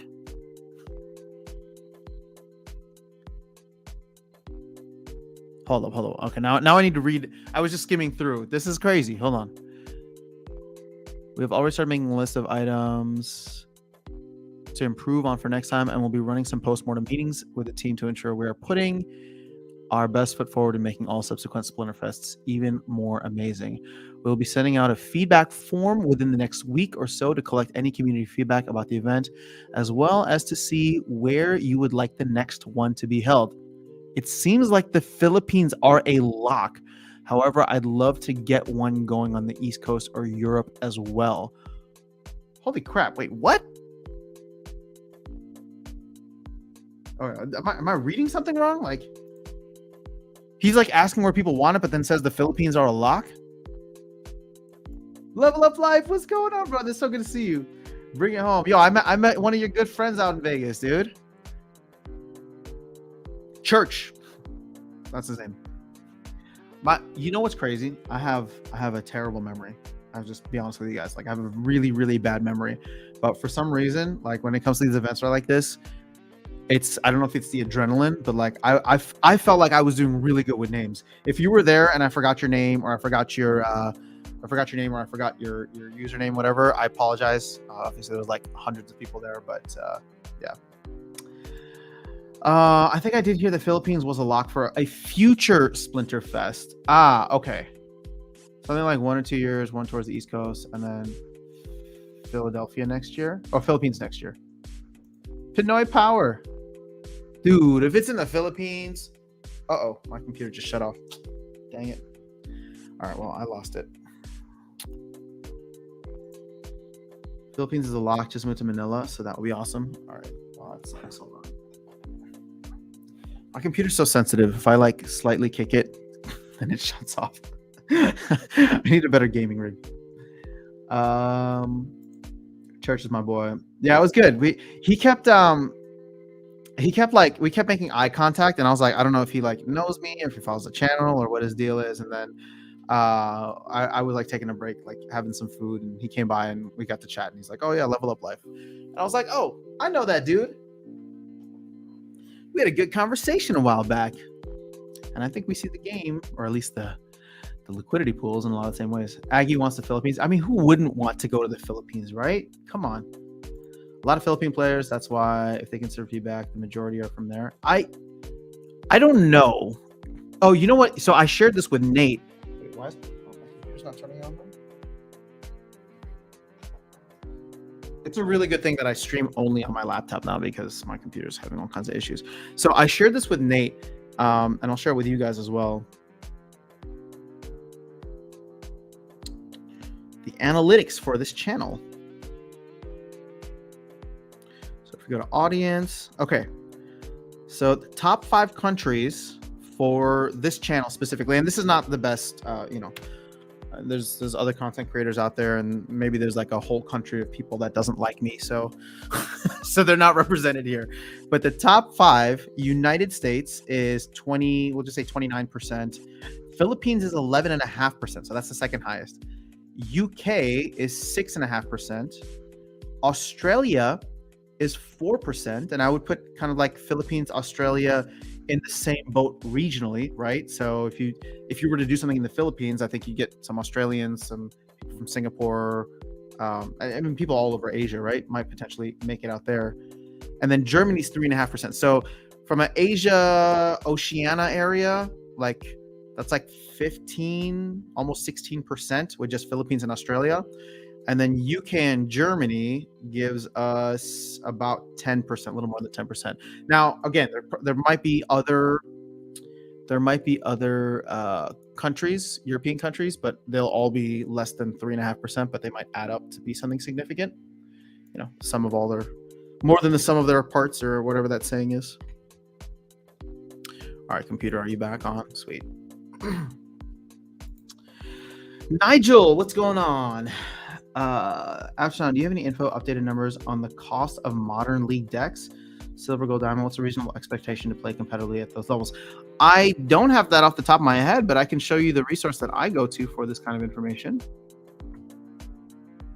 Not that I don't like you asking me, but that way you'll be able to go and kind of play around. But if you go to Splinter Cards, you You can go to the tools and set value, and you can pick between it's all modern, right? Including the rewards cards.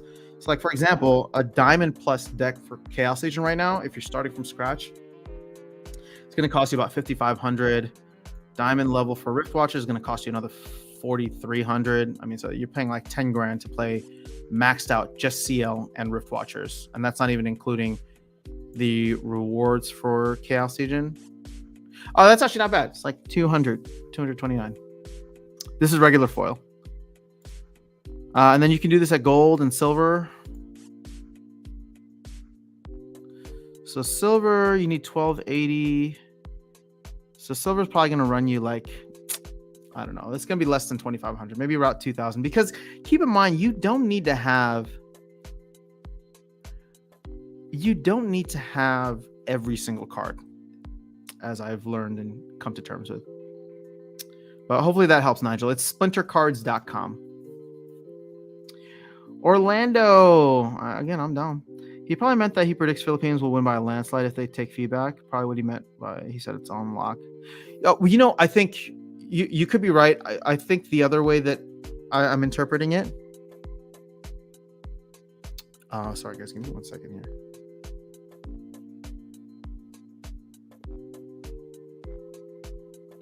You know, I'm going to answer this later. He probably meant that he predicts Philippines will win by a landslide if they take feedback. Sorry, the other thing that I was saying is he might just mean that it's a lock at some point in the future. Sorry. I just got majorly distracted. Germany represents whole Europe? No, that's not what I said. I said that the only European countries that made the top 5 were UK and Germany. It's 12 midnight here, so your time stream can make a difference. True. Although we do get folks from the Philippines all the time, which is surprising. So thank you for tuning in, guys. I know it's late. Whoa, we got someone in the house. Let's go. All right, hold on. Let me do this and add him to stream. Butters is here. Hey, what's up, everybody? Hey, what's up, After Sound? How you are doing? Back home, right? Yes, sir. Back home. Relaxing, man. taking it easy. So what did you think? How was the event for you overall? Any initial thoughts? It was tremendous, man. The production quality was awesome. What an awesome experience. It was really invigorating just to see the production quality, to see the team. For me, I'm a little cautious in this space, cryptocurrency. Yeah. You always have to be looking out for, are there red flags and things like that. And this was just the opposite of that, right? Like all green flags for me, just stuff that reinvigorated my confidence in the game, the team, where we're headed, the trajectory. I thought it was a really good display for Splinterlands. It was, I had such a good time, and the production quality, like you said, the aesthetics there, being in the arena, and it's crazy that wasn't even the best part. It's like, here's, I don't want to take anything away from the team or downplay anything. It's like, that could have just been okay. Like, we could have all met at some hotel conference room. Sure, we did. It still would have been fun just getting to meet other people, right? Other people who play the game, have the same kind of mentality, vibe, and just nerding out about it the whole thing. Yeah, no, I agree. What a great experience. Everything about what Splinterlands did was great. But for me, maybe the best part was being able to meet people like yourself, casual players, content creators, the team. The in-person experience was really huge for me. I agree. So I want to congratulate you, because I know at least for the gold tournament, you made the top 16. So yeah. I would say that's still quite an achievement, based on how many people were there and how many people were participating. Any thoughts on the tournament? Things that you liked, things that you didn't like, that you'd want to potentially improve? Yeah, I mean, I think you saw some of my text in there.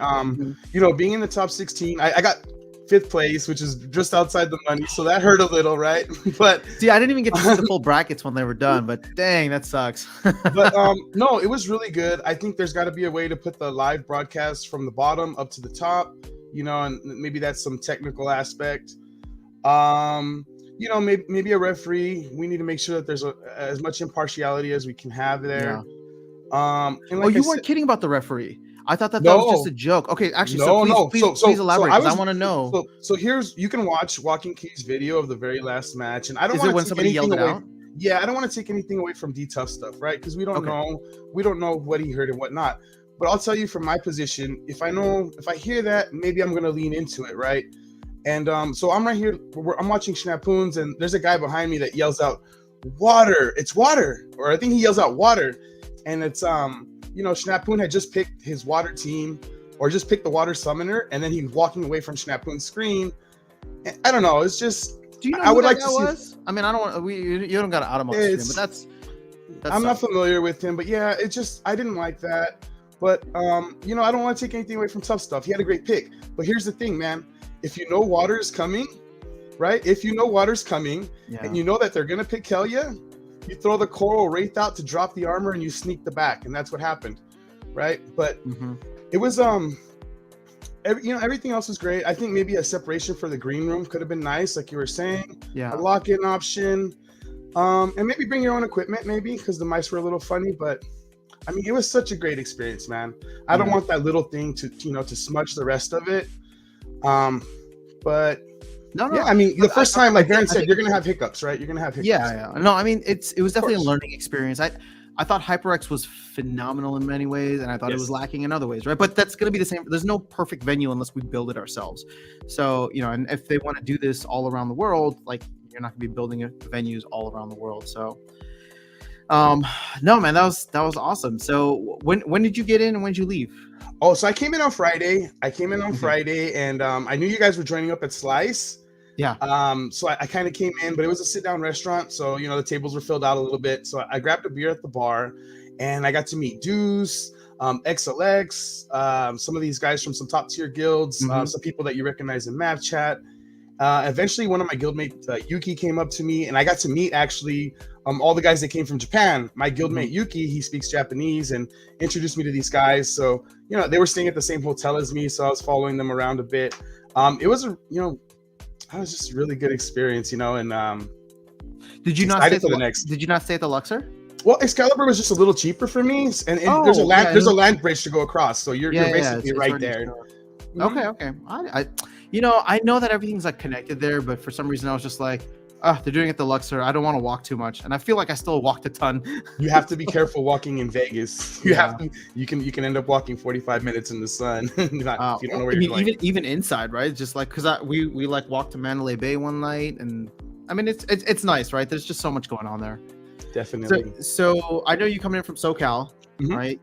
Where would you potentially love to see the next Splinterfest? Well, because Vegas is close for you. Vegas is always doable. I'm going to say Vegas again because I feel like Vegas is an international destination, right? Yeah. We can go on the East Coast, and if the right location might suit it. But I feel like Vegas, you have that HyperX arena there. It's an international place. So many people are familiar coming in and out of there. So I like that aspect. But if we're gonna go outside the country, I mean Philippines. When you were saying that, I thought like I've never been, but why not go, right? Yeah, I mean, well, the best thing about Philippines, I mean, there's obviously so many good things about the Philippines, so I don't want people to take this out of context. My mom's from the Philippines, so I can say whatever. No, I can't say whatever. I got the inside line. Well, no, my point being is that like so they were, for people who don't know, they were a U.S. territory for a while, right? So sure.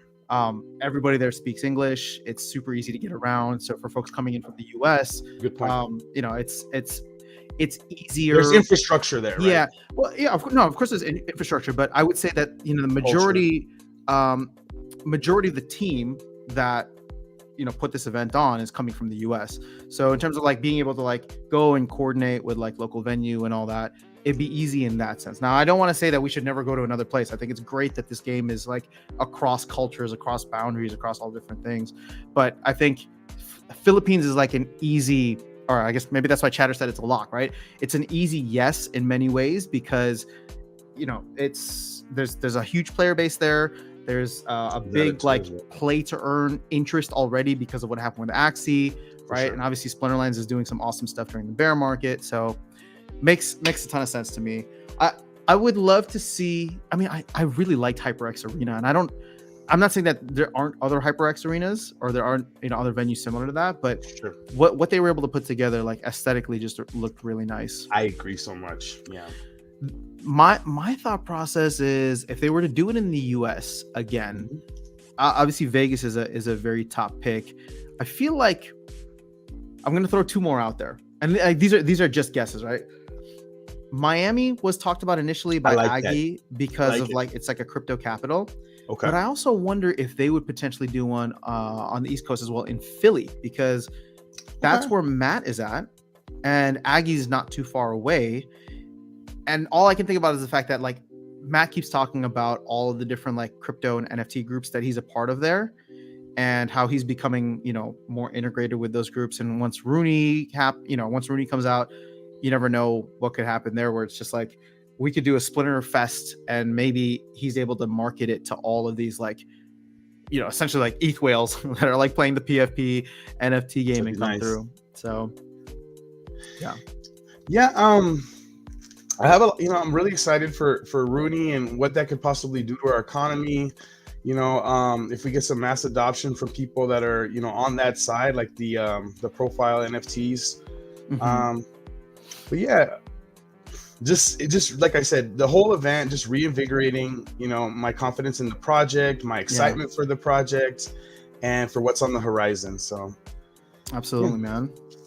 Well, let me let you get back to your stream here. I don't want to take up too much of your good, stuff man. here, It's always just, oh my gosh. All right, I appreciate you, man. Thank you for coming on.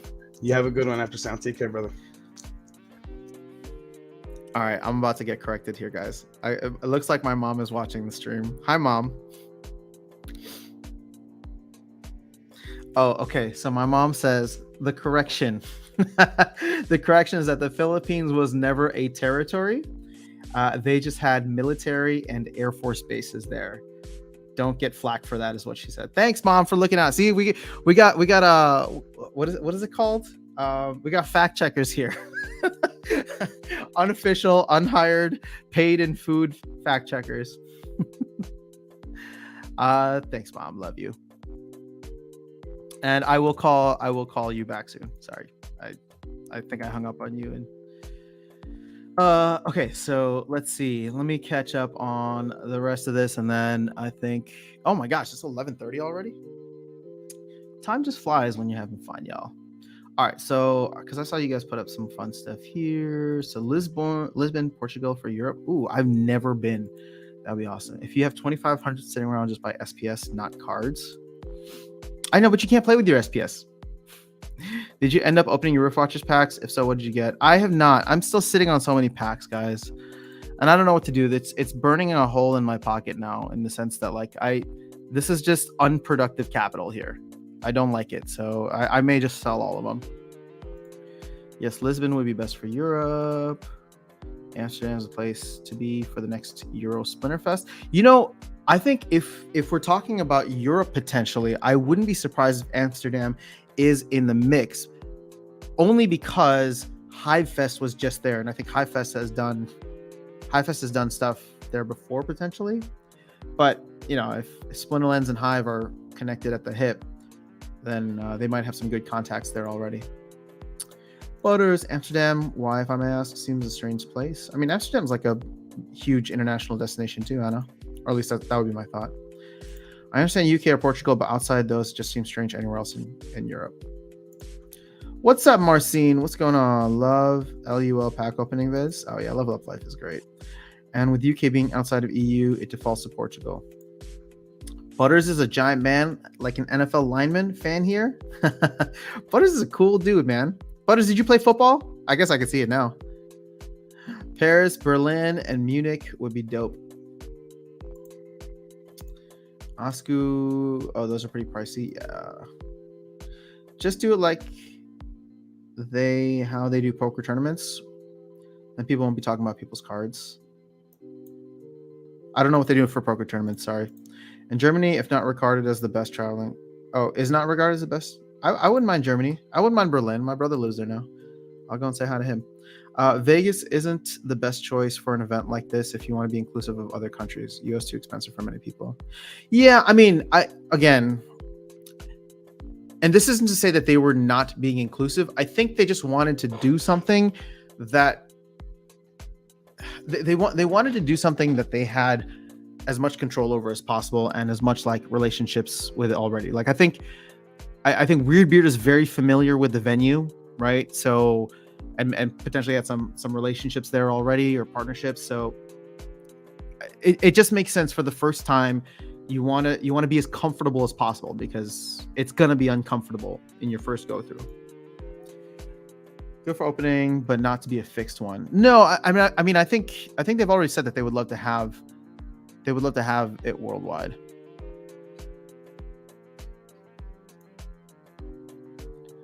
Berlin is very cheap. I agree on Paris and Munich. Berlin's not more expensive than Lisbon, though. Travelers like Lisbon better too. Hello, Mrs. Aftersound. It's Mama Aftersound. Mercedes-Benz Arena in Berlin. They also host events. I've been to both and can't agree. All right, well, I've never been to either. The only places in Europe I've been to are London and Paris. Or after Mom. Oh, Luthien says hi, Mom. Vile VA says hi, Tita. How are you? So D-Tough, land soon. Hang on to your Roof Watchers packs. Long-term hold, my friend. Put them on Hive so you aren't tempted to open them. Dude, Gather Manager, you were all about these long-term holds. I would rather, but see, here's the thing. I would rather sell them, recover $4.50, so I'm down, 50 cents a pack, but that gets me the airdrop points.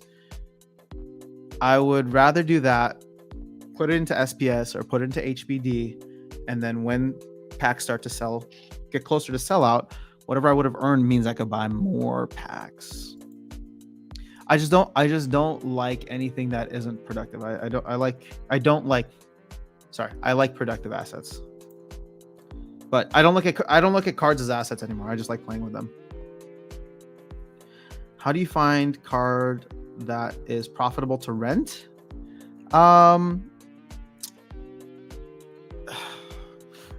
There's tools I think that Splex has. If you go to Peak Monsters, like this is what I use, but this isn't good for seeing cards, like all cards. This is just like, I just want to see what cards do I have that are renting well. So for example, if I go here and hit for rent, yes, you can hit like the Y ROA, and let's go to the top. So for example, this Venari Heatsmith is getting an 87% return. Zenith Archer seems to still be doing very well. I have no idea why. Pellicor Deceiver. You know what? Let me not do commons because it's really a hit or miss if yours gets selected.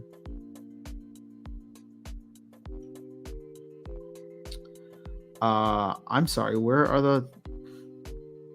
I'm blind. I can't see where the things are. What? Oh, rarity.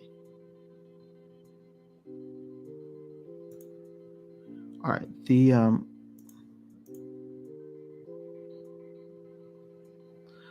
All right. Yeah. The UI here on my screen is not great right now.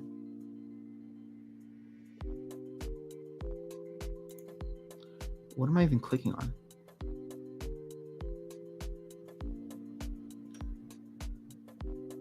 Oh, is this rarity? These icons look weird as hell. All right, so if we go, so Zenith Archer, it looks like I have a River Hallandale that's getting 63% ROA. Now again, like, you know, I didn't even buy these cards. A lot of them I probably opened in packs like early on. So, but this is the value currently that I'm getting. Fiend is doing well. Oh, actually, but you know what? I have to also, like, River Hallandale is listed for a 63% ROA, but I'm not actually getting that. I should go to Delegated and see the cards that are actually being rented. Somebody who's willing to pay that price. Kelly has been good for me, so I've been stacking up on Kelly's because I need to max her out. And then they came out with Lux Vega, so it's like maybe I'll never use Kelly again. Oh man, I'm gonna need a second cup of coffee today, I think. But here, I mean, to go back to your question, I just want to clarify that I know Aggie's like all about this, but I really don't like cards as investments. It's just too volatile. No, not even volatile. The meta of the game changes, and it's guaranteed to change twice a year, if not more, right? Cards that are renting well right now are renting well because they do well. And you know what happens when the next set comes out? They get not nerfed, but balanced. So I like to have them to play with, and I don't really want to have that many extras. I mean, I'll take the extras so that I can sell them later and dump them on all the newbies. Just like I got dumped on. No, I'm just kidding. I mean, I'm not kidding. That is the plan. But I'm not trying to do it in an insidious way. I just want, if the cards appreciate in price, I will sell them to whoever wants to buy them, not just newbies, but definitely suckers. I'm just kidding. Somebody's going to clip these and be like, oh man, look at him.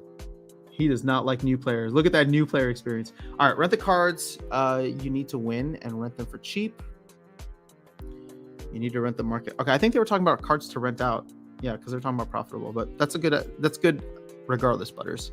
As a player, careful on picking cards profitable to rent. Some of those are too dependent on bots being active. Yes, the bots. You know what the best part of Splinterfest was? There were no bots there. There were no bots. It was fantastic. Click on the icons. Fiends keep going up in price. Yeah, I probably should have grabbed.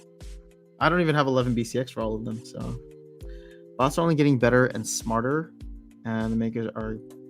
I mean, computers in general are just getting better and smarter, right? So there will be profits made by renting because of this. Well, you know, here's the thing, Crypto Gnome. Whether it's bots or whether it's scholars or new players, like, you know, there will hopefully be a home for all of the cards. Marcin, you're saying hi again. It's good to see you. Hello. Well, last year profitable rentals dropped 30% in price. Yes, this is why I don't touch card rentals. That's a lie. I do have some cards up for rent, but it's not like I don't spend a lot of time with it. I'm just trying to like collect as many rewards cards as I can while they're in print. Cards are volatile. Packs are better long-term holds. Yeah, but you can't rent your packs out gathering the magic. So relying on bots is risky. Rent the meta cards and buy the cheap ones. I don't disagree with that. Man, guys, this was a ton of fun. So I will be on a plane at this time on Thursday. So there won't be a live stream on Thursday, and then Sunday I'll be in Chicago. I'm staying with my parents, and they know this already, but their internet is not great. So we'll see if we do a live stream on Sunday or Tuesday.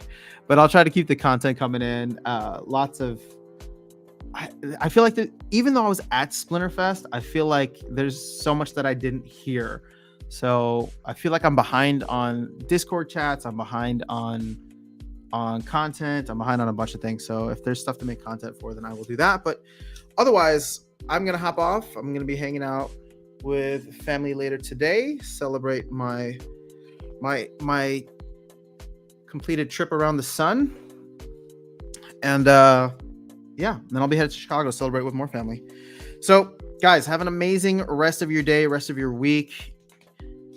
You know what? Did you guys like the from the airport live streams? Because maybe I'll do that on Thursday. I'll just start going live from my phone sometimes if you guys want. I don't know. We'll see. But that might actually be better because the cell reception is probably better than the Wi-Fi at my parents' place. So we'll see how it goes. But we'll do something. We'll have fun. It's just there won't be a cool vibe in the background. It won't be Vegas in the background. But yeah, for everybody who was able to make it to Splinterfest, I hope I had a chance to meet you, shake your hand, maybe even have a meal with you. It was phenomenal. Really, really fantastic experience for people who weren't able to attend. I hope that you had hopefully a good experience through Walking Keys or Jeff Whippet's Cards or some of the other content creators out there who are sharing that with you live. I'm sorry that I couldn't do more, but wherever it ends up being in the future, whether next year or the following years, I hope you are able to attend one and it is easy for you. Or let's hope that SPS goes to $10 and then everybody can afford to go anywhere, right? That'd be pretty awesome. All right, guys, have an amazing rest of your day. I will catch you all soon. Peace.